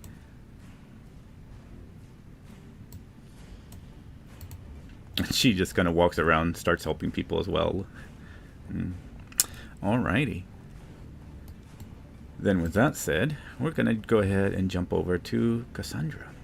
Cassandra, what are you doing? I know you left last. She's Outside. pretty much just walk around the village taking notes of the place. She kind of seems bothered by how peaceful it is. But other than that, she's not really doing nothing but just walking around. Okay. He's like, Kicking rocks and scaring kids. This is too peaceful. Yeah, for probably. me. She'll probably see the Church of Persefina and give like a little side eye to it, not being too happy with the state of affairs. Ooh, I love this map. Yeah, so basically, the map you can imagine. This is more capturing the mood of the city. It's really definitely a farm town. Thatched roofs or wooden roofs, and tiles here and there. Hay, horses, cows, sheep. Just to paint a picture of what you are seeing as you are walking about. There is a numerous amount of elves walking about. Maybe what you see, maybe one or two like halflings or gnomes, but mainly is humans and elves, and a majority of them are a lot of elves here that you see as you are walking about. And eventually, as you maneuver around the city, you start to get the idea of what it is and what areas are what, as strolling about. She'll be riding on her horse as she goes around. Okay. So the intersection that I showed you was probably that section right there, and you would see probably the Hoof and Hearth Tavern here, and then of course the Chapel of Persefina here, and then staying around within that area, you the only thing that would be any difference was probably the Hoof and Hearth Tavern that's here. You would see like to the side of it there being the horse stalls, and you would see the carriage for Mrs. Armara there, probably resting for the night or something. She ended up going ahead of y'all anyway, so she's probably been here before y'all. A desire to mess with the harlot, but pretty much she is just going to be wandering around kind of aimlessly, not really knowing what to do. Okay. Just waiting for stuff to happen, huh? Pretty much. All right. While you are doing that, let's go ahead and jump. Oh, go ahead. She's very married to her work, so when she's not working, she doesn't know what to do. It's the slow times that she starts going crazy. Yeah, pretty much. It's like the down times. I need something. This would be the worst time for a thief to try and do something. Let's see here. We're going to go ahead then. So everybody's kind of exploring. We're going to go ahead and jump back over here just to get this part going and done. As far as questions. So she basically just questioned everyone as far as what had happened in Talon Alton, trying to paint a picture. If y'all told her, she pretty much gets the picture of what happened in both locations, Talon Alton and Hearthstone, which she will advise Mr. Yarrow here in order to go and gather his horsemen and increase the range and also the guard duty, because she doesn't want such things to happen here, though she has also decided to send word to Stone Harbor just in case, with one of their fastest horses to ride forth into the seat of the grasslands currently. Aside from that, after she finishes asking questions, she looks about at everybody and asks, "So, is there any questions that you have for me?"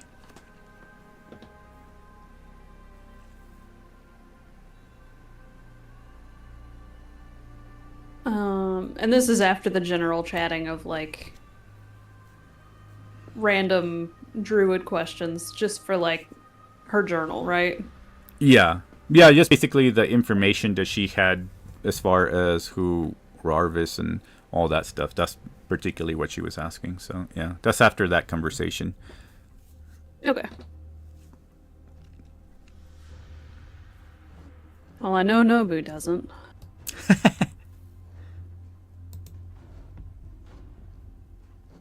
Let's...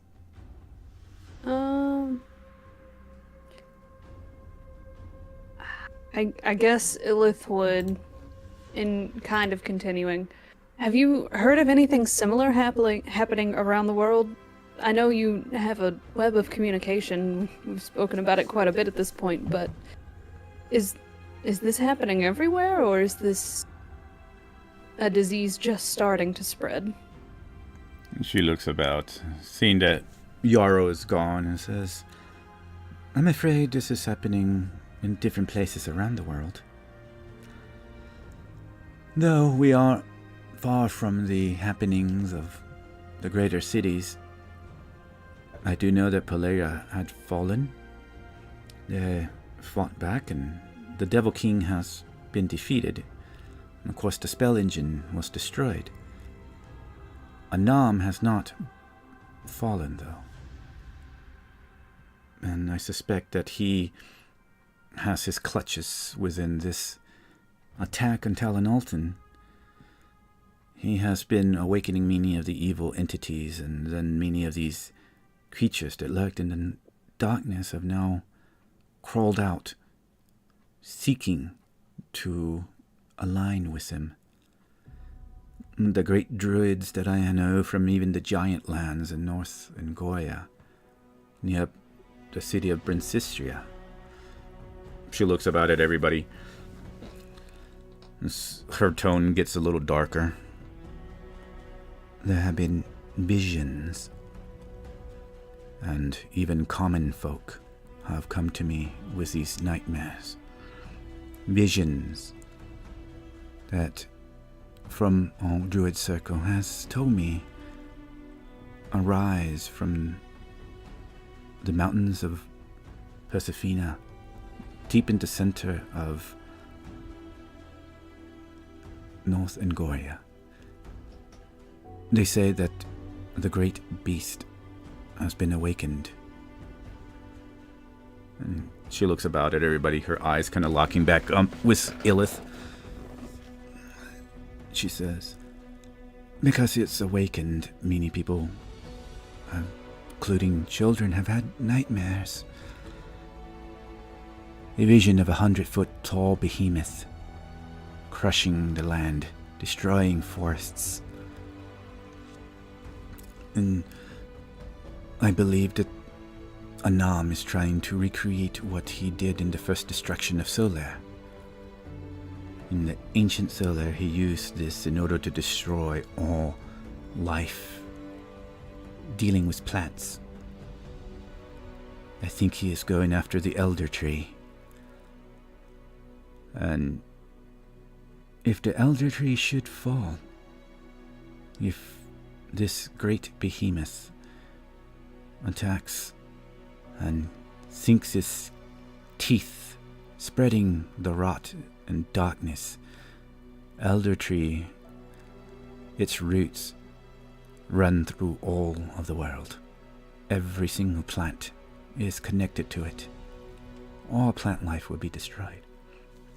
But as far as the Druid Network tells me, these visions will go on. People, possibly even including your group, will have these visions. And then I hear talk of a great power that has been created in Princistria. The Wizards' Conclave. They may, or may not, find peace with Queen Serial of Princistria, who has created an enormous and most powerful spell. A spell said to be able to destroy cities. Though she is one of the most famous and noble queens, the rest of the world has now awakened. there is an arcane race, and they wish to know the secrets and powers of how she discovered this ability and power to create such destruction. So yes, Anam, his influence is spreading everywhere. And from what you told me, I would not doubt that he is behind the attack of Talon Alton. You see, Talon Alton, many eons ago, did harbor deep mines, delving deep into the Underdark.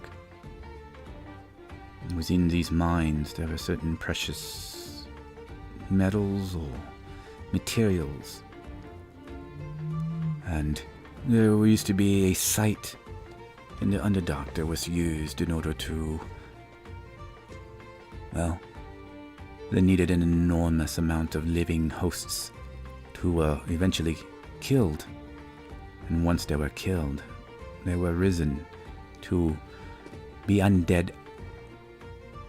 And this undead powered the magical evil forces of Drow. And I suspect this Rarvis was helping to do that. Anam would understand this power. So the more people they kill, the more of a battery, per se, they have this energy that feeds into this power they are trying to awaken, though I cannot say what power it is. So it seems that Talon Alton, it seems that the mountains in North Angoria, and even currently the attack on Polaria and the Spell Engine, the world is changing. The undead are returning. And there have been the demon portals, of course. Devils to the south, and demons to the north. Anam is making this army. She keeps her tone low and serious. I suspect that we shall have to wait to see if there are heroes, at least more of them, that will arise to answer the call to help the world, like it did in ancient Solare. And those who already arose and battled the Devil King in Polaria, and battled the ones in South Angoria, or North Angoria. And she walks over. I think they called them, and she kind of smiles a little bit, Jason's little buddies, and the ones who destroyed the Spell Engine, and then the ones from Polaria who defeated the Devil King are called the Heralds of Silver. At least that's much information that I've gained. I think they had one called the Witch of the North. And of course, a cat-like fellow, I think a tabaxi or such. An orange-furred cat. And some powerful and swift archer. An elf. And she looks at everybody. So who knows? You saved Talon Alton. Perhaps your group will now be the next of heroes to arise in the grasslands. Lilith will also look around at the people she's known only for a week or two at this point, and then look back down at this elven druid. Perhaps that's quite a lot to take in. Either way, we have motivation now, and she'll kind of turn her head so that the vein connecting the horn to like the base of her neck, the symbol that is branded on it is it, oh wait, no, is it invisible to everybody else? No, we all see it. Yeah. Okay. And she will kind of show her that symbol. I assume you recognize this. And she looks at it and she's like, I don't believe I recognize the symbol, but... She hovers her hand over it. And she closes her eyes. And, she studies it. Let me do something. As she's studying. Ooh.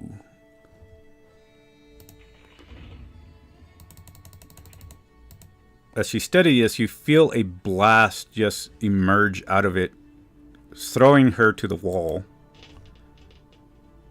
I am on guard now. I am alert. She takes I'm ready about to throw hands. She takes about 26 points of damage, force damage. Oh no. I'm sorry, wait, what?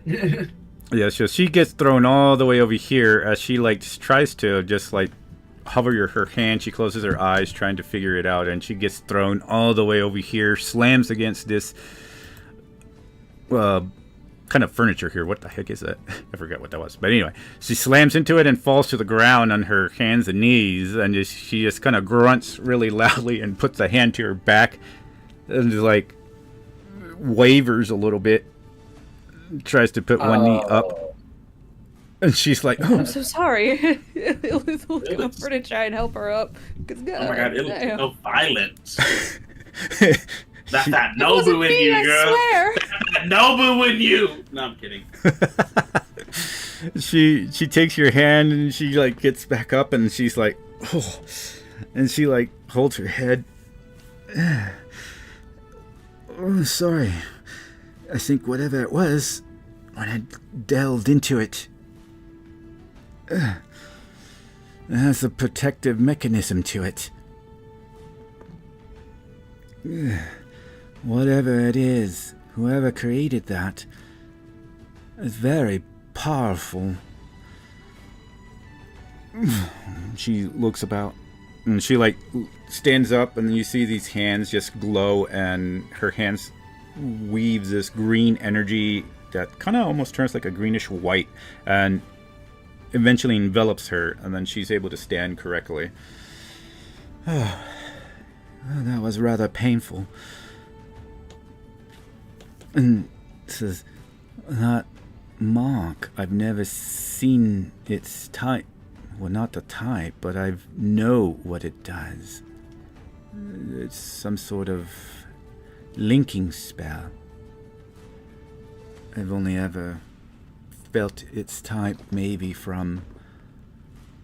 She kind of looks at everyone and says, I don't know how far you've traveled, but I've only ever felt that type of power unexplained to me from a city called Hexa Landing.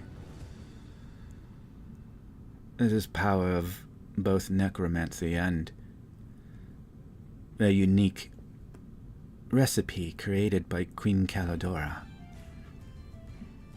I don't know if you know who Queen Calidora is, but since the veil is opened, she is the queen of vampires. And she's able to tether people together. But this does not seem like her signature. It seems like stolen power. And she looks also... It seems that it has certain distance to it. And she looks at you, Illis, and says, how far are you able to travel from this group?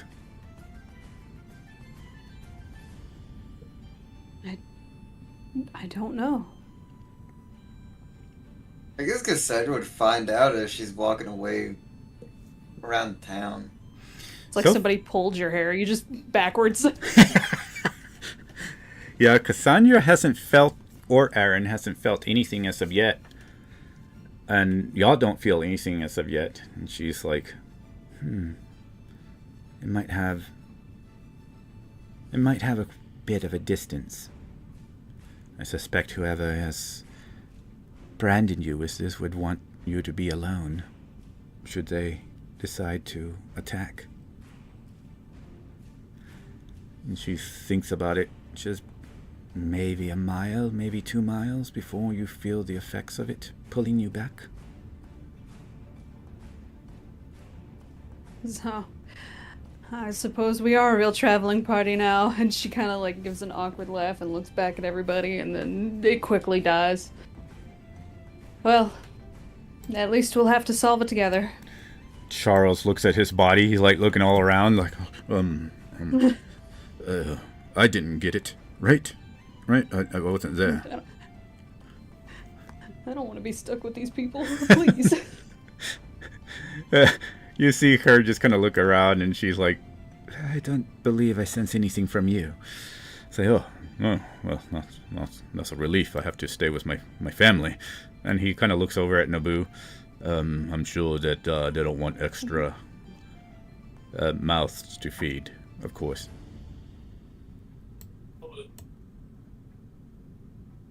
Laying down, went back to laying down after the blasting of the woman went off. Then kind of opens two of her eyes and looks at him, and then closes the eyes again and softly snores. And with that, she will walk to the center and says, if you wish, feel free to take the hall for your stay. We don't hardly use it except for meetings. Oh, go ahead. The who? Like, babe, this is me. The who? You said the whore? No, the hall. The hall. Oh, okay. I said that take the whore, my who? What? No. The hall. You really trying to get freaky here. I see you. Oh gosh. No, she'll say the town hall. You are free to stay here. It does have a kitchen and all the necessities and quite a few. Then she'll turn over to Naboo. Beds that you can use for those that can use them. And but whatever that power is, I'd be very wary. It seems that whatever or whoever placed it on you is going to be searching for you, waiting until you are found alone.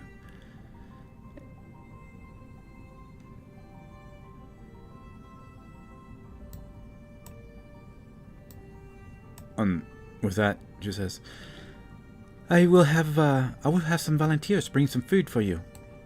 And if there's anything else you would need, and we do have, though we are not as large as the markets of the big cities you've probably all seen, but we do have a small market. Sometimes we have travelers from various locations come by and sell their wares. So feel free to walk around the town and city. We do have a small tavern as well, for those of you who would like to drink. And we might not have the best, but we do have a large variety from different locations. And she nods and says, well, bid you farewell for now. And she will walk out. You've tried the best, now try the rest. Spacer's choice. Spacer's choice.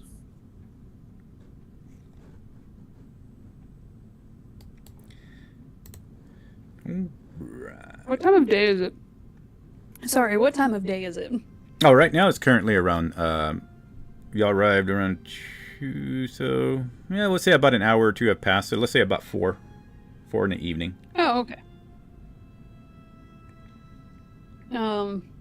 Illith would probably seek out some kind of knowledge bank, like either the temple or I don't know if they have some kind of library, but she would seek out anything that has like books or scrolls on the local customs or history.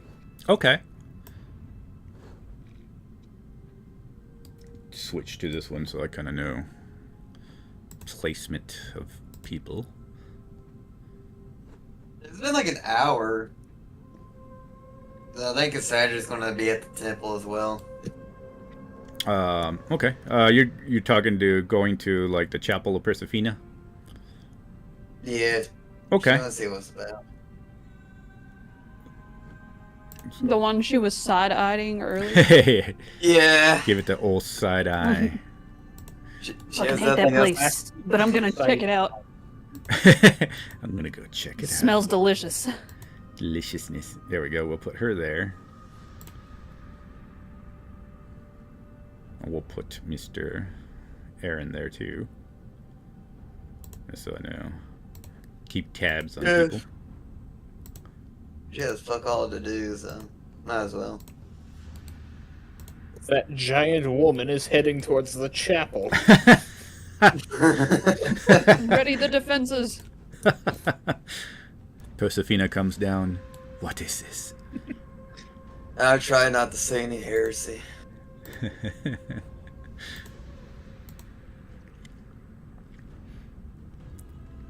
We'll put Illith. Bam, right there. And we'll know the other group is currently in the town hall, which is that right there. With us, nobody with them. And do what with the monkey? What?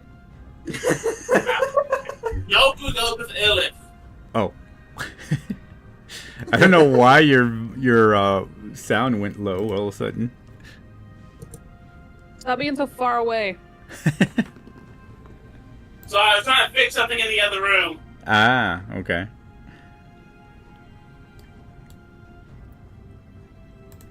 We'll jump over here real quick. He's doing something with a monkey. You did what to whose monkey for how many cookies with what hammer? Alright. Uh-huh. My niece came by. And she knocked over a picture, and I'm trying to fix it. Oh, shit. Well, is that awkward now? Damn kids.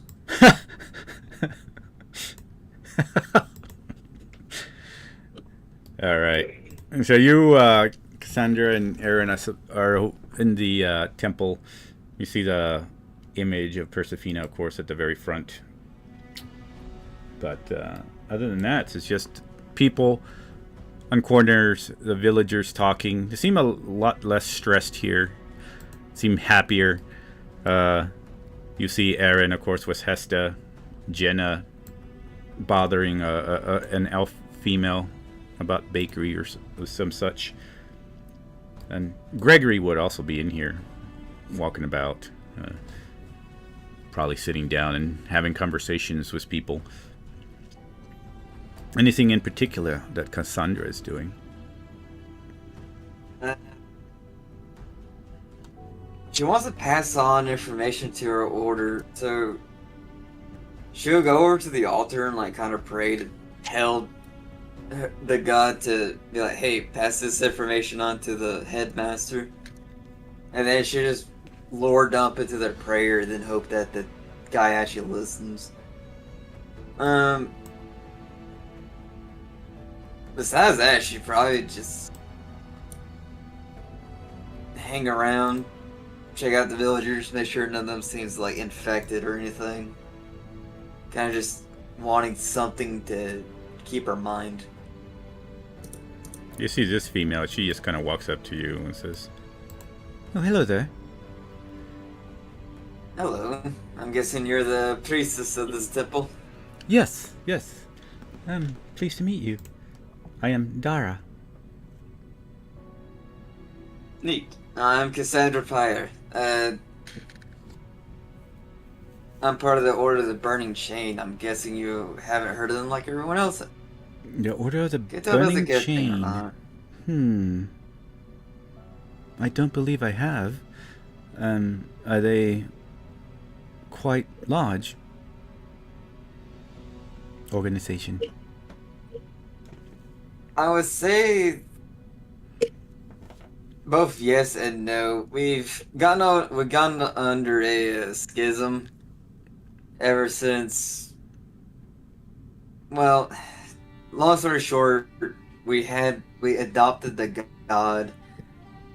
75% of the order was kind of pissed about it, but only 50% left.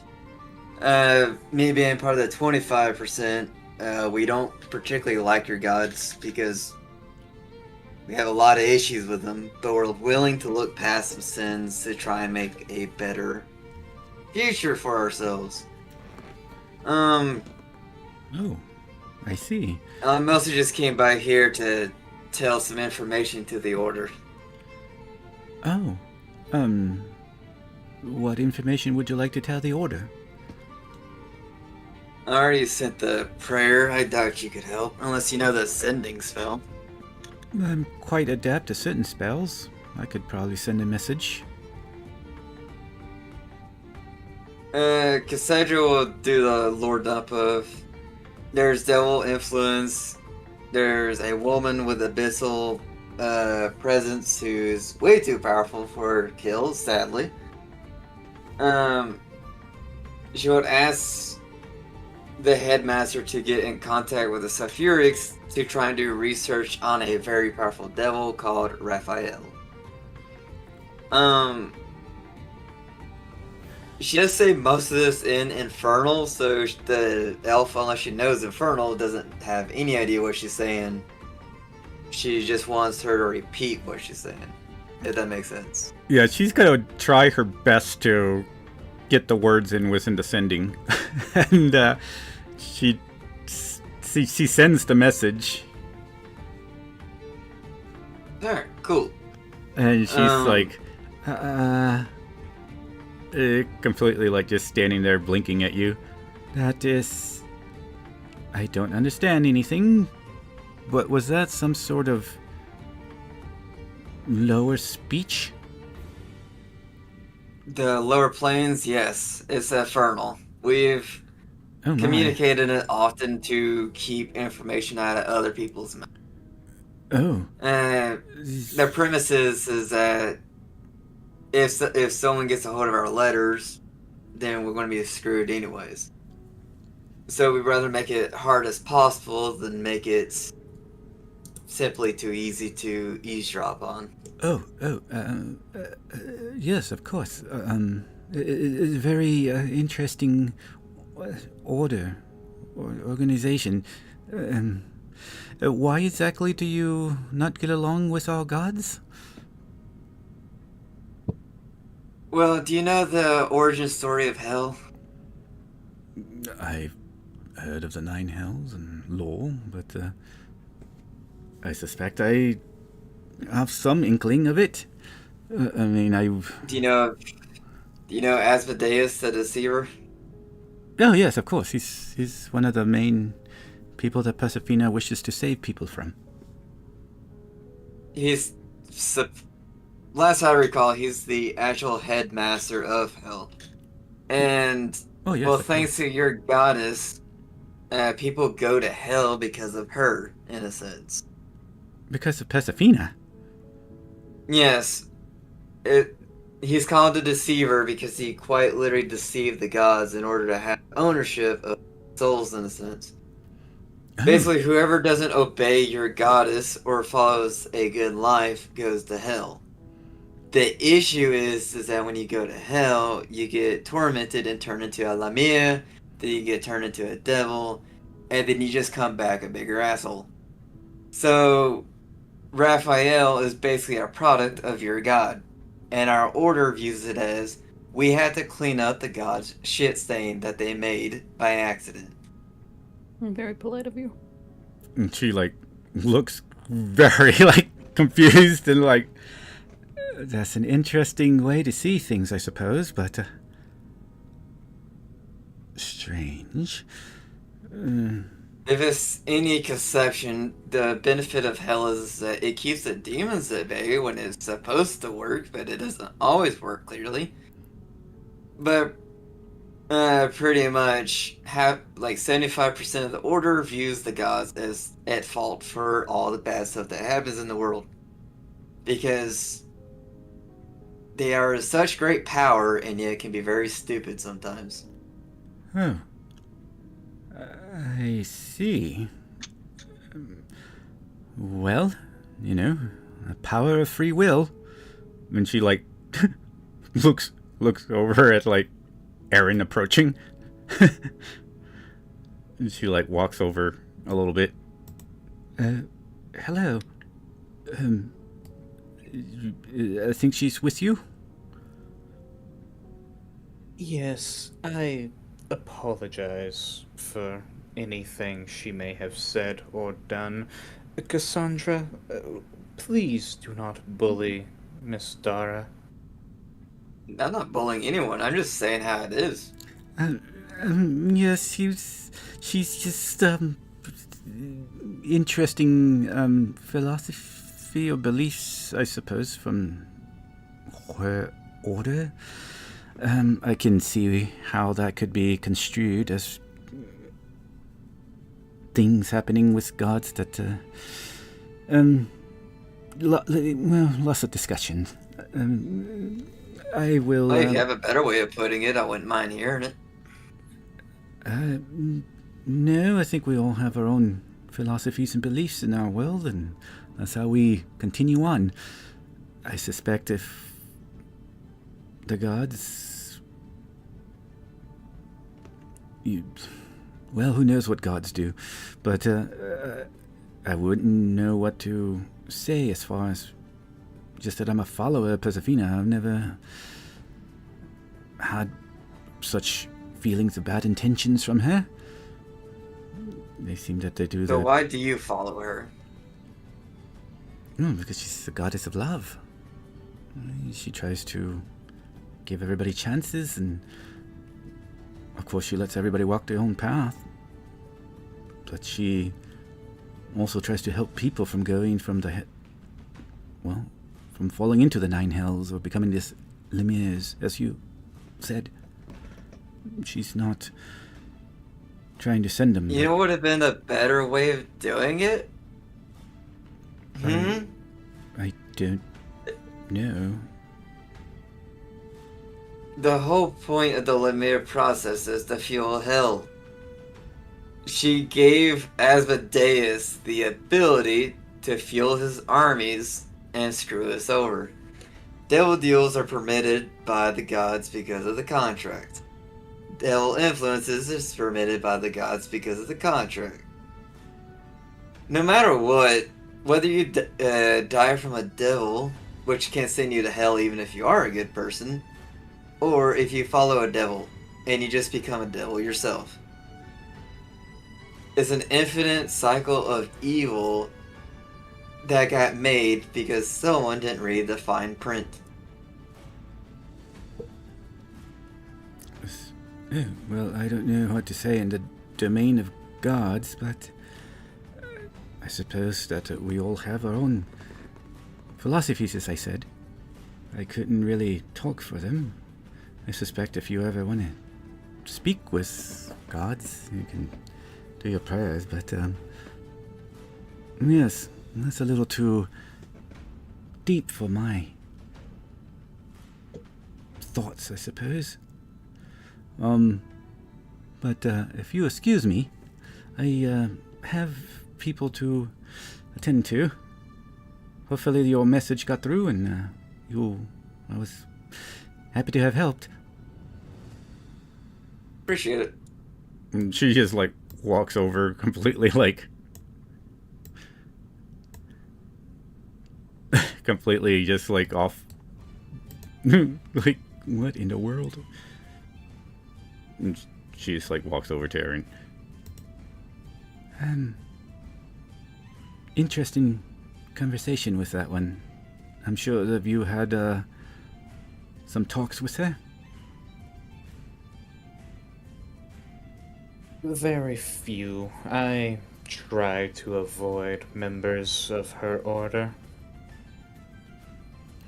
Yes, they do have an interesting construed way of thinking about it. With Asmodeus.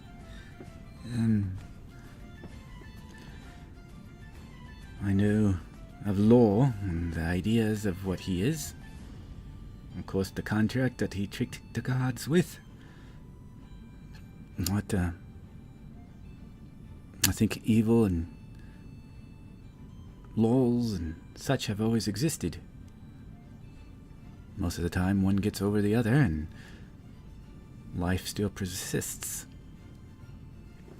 I think gods are the same as people sometimes. Mainly, they have their own politics, but if it wasn't for gods, I guess we wouldn't have existed in the first place.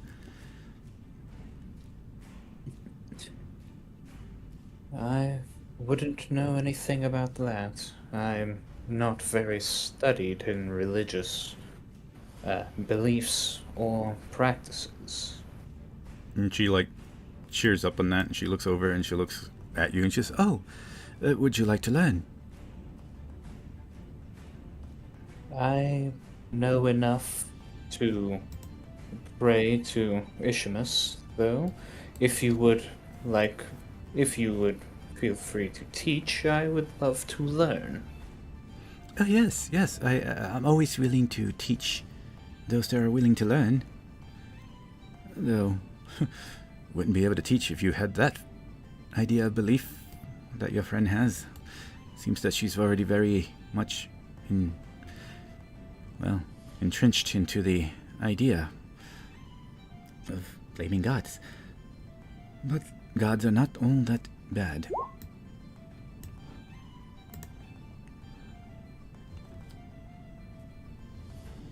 I would have to agree that they can't all be bad. Lestwise, the world would be far worse than it is.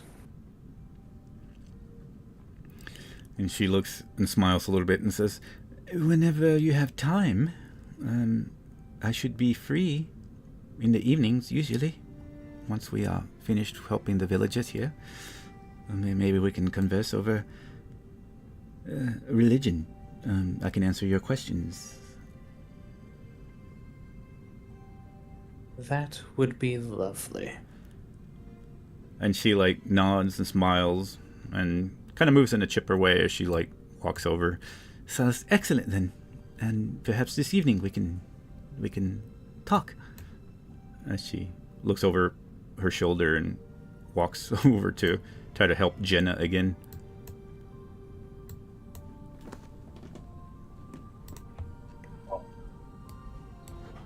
I'm going to sit in one of these pews. Little faint smile coming to my lips. And just sort of begin a prayer. First time in a while to Ishamus.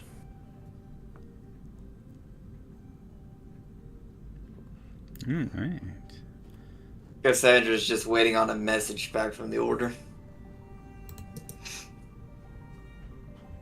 And then, as y'all two are there, let's jump over to. Is anybody else doing anything? I guess Hermes would be the only one in the left. What would Hermes be doing?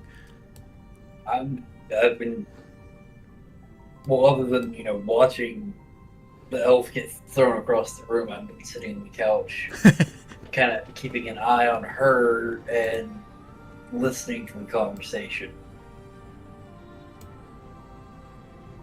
More or less trying to understand how she knows her information and seeing what I can glean from her. Okay. Well, once she talked to Illith, she did end up stepping out, just to let you know. So basically, I think, and really, I guess the ones who aren't here today are the only ones that are staying in the group right now inside, because oh my God, Moonwake, she had left after she spoke with Illith, and then Illith, I guess, stepped out, and Naboo, you were with Illith, you said? Yeah. Okay, so if Naboo... Yes, I am. Okay, so Naboo, you are with Illith. So yeah, technically... Since they all walked out, okay. I will, I'll probably set, pull out of my bag 2 small candles and a miniature statue of Arlime and kind of do a small prayer. Ooh, okay. Cornelia. Go ahead and roll me a wisdom.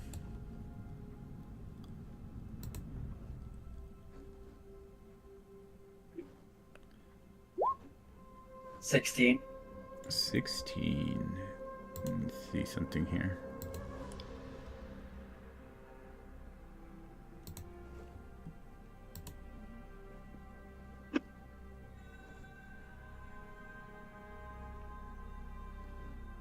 make sure.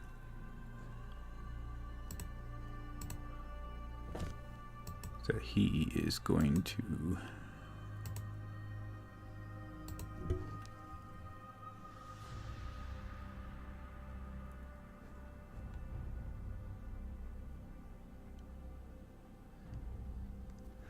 So, as you're praying, what exactly are you doing? Just sitting down, closing eyes, or looking Closing around? eyes, going into a prayer, giving my condolences to the God that I follow. You will see... Yeah, because he can do... Okay. You will see a vision. As you are sitting here, you can see yourself, not necessarily your body, but you still have the vision, as if you are, well, let's see us say that the ground is falling away from you. You see suddenly BrightHoof, and you see it just keep falling further away, as if you're just floating up with nothing to anchor you down. And then eventually, interestingly, you start to see a curvature, almost like the marvel forming as you keep going higher and higher past clouds, and eventually a blue haze as you lift higher into what seems to be a separation of sky and the stars, and you're seeing the planet, and then you start seeing it as from North Angoria, or at least what you know to be this continent in the... Let's go ahead and do this so you can kind of see what who in the world is calling me right now. Oh my gosh, this client is... Sorry, I got a client that's like crazy. But let's see here. I didn't say that, world. They're not really crazy. No. All right. Let's do this right here and go into this. Oh, wow. I'm in the ocean. So basically, from at least this side of the world, you can't see all the continents because it's a globe, but you're pretty far up enough to be able to see the marble of it, which I do have it in globe format, but I don't have it in D20 right now. So from here, this particular area, as you're floating up there in this vision, you start seeing that for some reason a darkness starts spreading, and you can see plant life, very detailed, pretty far off, but you see like this black, like paint, ink, just spreading further away, and eventually you see all this greenery, be it these forests or the grass. You start seeing it turn black as ink, and you see it spreading and spreading, eventually devouring the continents, all of them, including Elandra, the elf union, and then Leolandra, the other elf union. You see all these forests eventually start dying off, and including the lands of Caradosis, the home of the orcs. And eventually you see it spread. And then you fall back into the world, falling, and when you fall back into the world, now you start seeing visions of different possibilities, maybe. You see strangers, like heroes, fighting. Somewhere in these mountains, you can see that there's heroes fighting currently, some large, enormously large behemoth with veins that are glowing green and dark grayish, almost blackish skin, but horns everywhere. And then you also see that there are even creatures, heroes, orc heroes, goblins and such, fighting off in these lands, fighting off what seems to be undead creatures, some of them wraiths, and then some of them seem to be like what you could possibly maybe imagine if you've seen them before, like mummified creatures. And here, closer to y'all's home in South Polaria, the wilds, the undiscovered lands, you also see these rainforests die, but you see what seems to be dark creatures, shadow creatures now emerging, and then portals start opening, and you see demons, and then elsewhere you might see devils, and you see them start spreading throughout the land.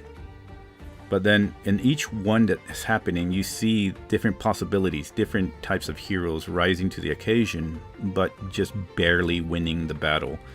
It's like a hair's difference between losing and winning. And here is where you see yourself in the grasslands of Talon Alton.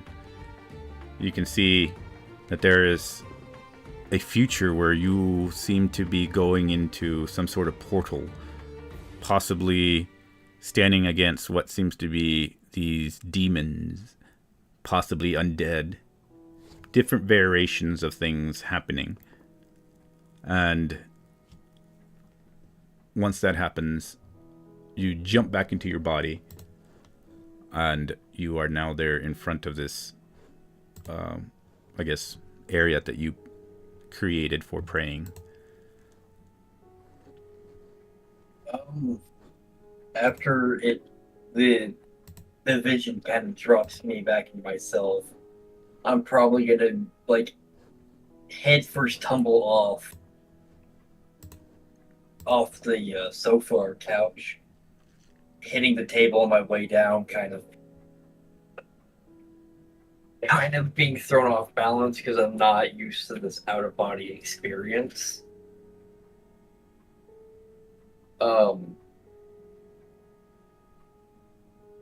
Whoever else is in the room would hear the commotion of me falling off, breathing heavily.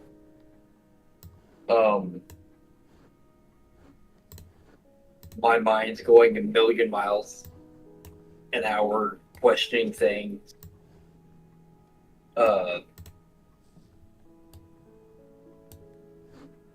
Not knowing things.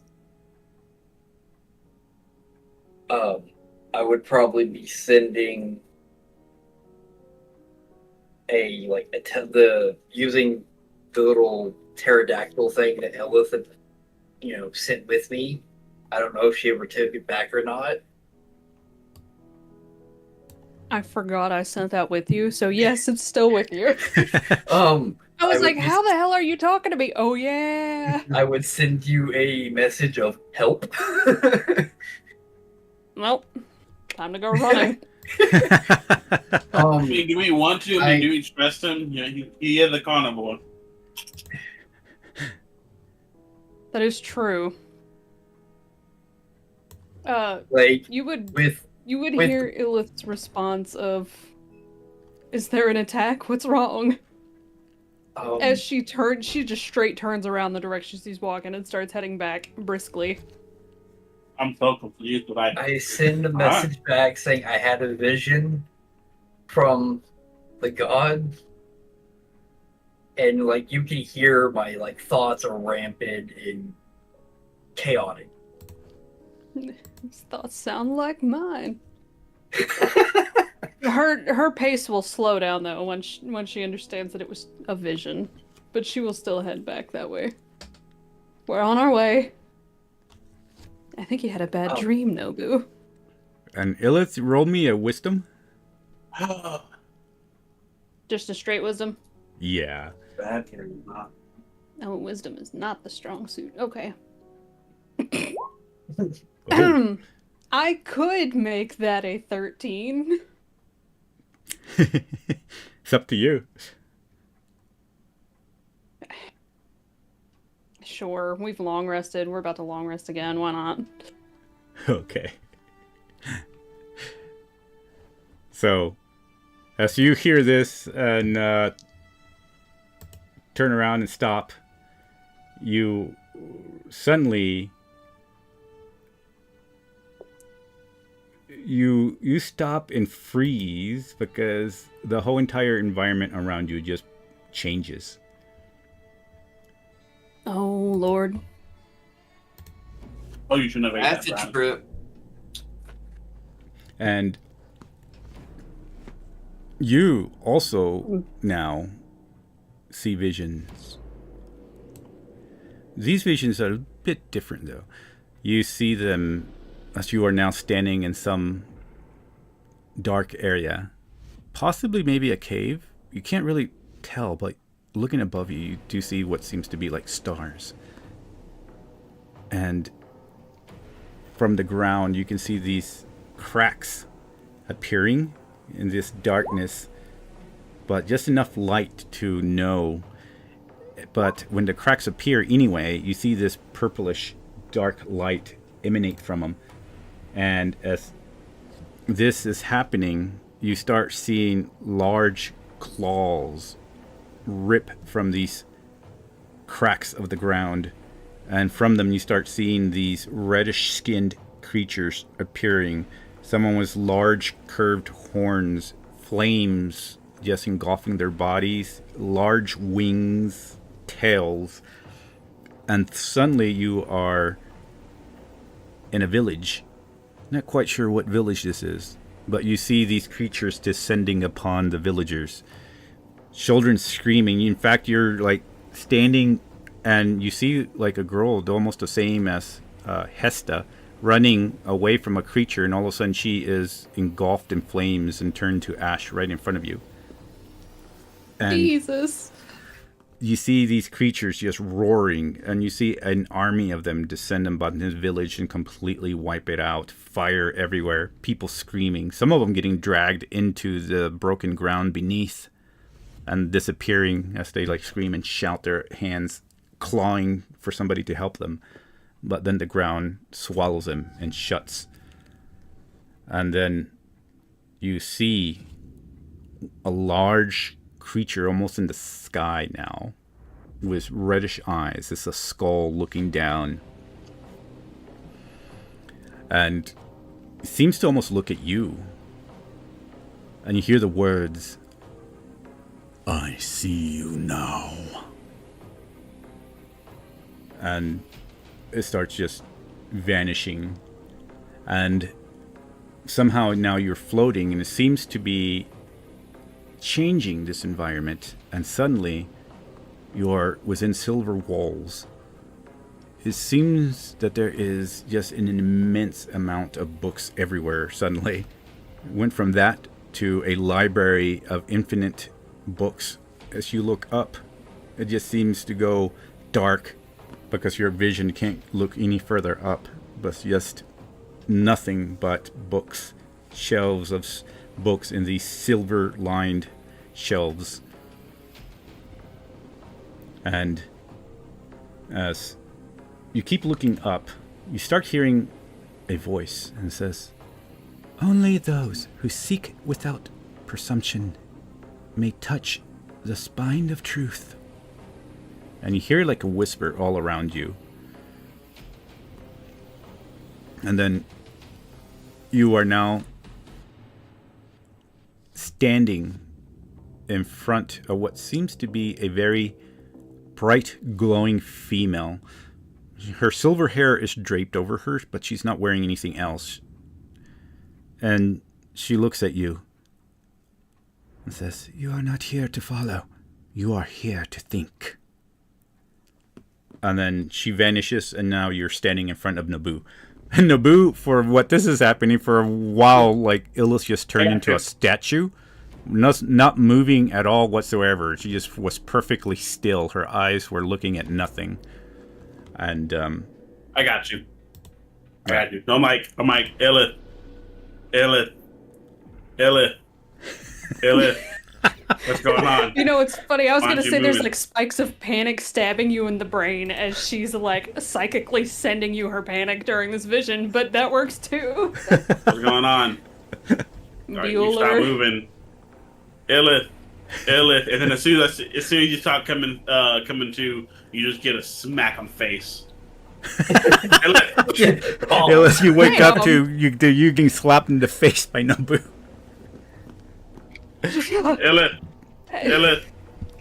Illith. She's gonna grab his wrist. I'm here, Okay, cool. and You she's stop moving. shaking. Like, Oh, I see that, and I take my other two to bottom hands, and I try to like hold her, comfort aw, her. he does care. Shut up! I'm a vicious animal. I eat people. And since you're not gonna be here next week, we can do a quick, because it's already like 5:30. We can do a quick thing of what you would do, Illith, and then we'll know what you did next week. Let's see. She would. I think the only people who have infusions at this point, because I think I took the one away from Ben, are Just me. Hermes and you. Yeah, because Hermes still has her little pterodactyl. Oh yeah. But she would convey that she also saw a message, and now she's taking Hermes a little more seriously. Like it was not just a bad dream. Did you also have the bad dream? Something like that. We should gather the others and discuss it. And she will start heading back to it was the town hall they were sleeping in, right? Yeah. Yeah. The one that's like right here, actually. Yeah. So Oh. this is the town hall that right way. here, and then the one where Aaron and Cassandra are, is the Chapel of Persefina. Cool. Okay. I was gonna take her to the market, but now she will go there and she will ask for some paper and she will start writing down what she saw and sketching out like the layout of the places she saw so that she can keep it fresh in her mind as she waits for the others so that they can discuss what was seen. Excellent. Alrighty then. Well then, in that case, we'll go ahead and pause right there and see what's going on in the next session. Oh, Because there's a Lord. thunderstorm starting here. My God, you guys in these fucking storms. I mean, I live close to Reaper. Well, then why don't you just marry him then? God. Polyamory is illegal in most states. God damn Correct. it, Ed. I wonder why it's illegal. Because just have, like, 15 conservatives.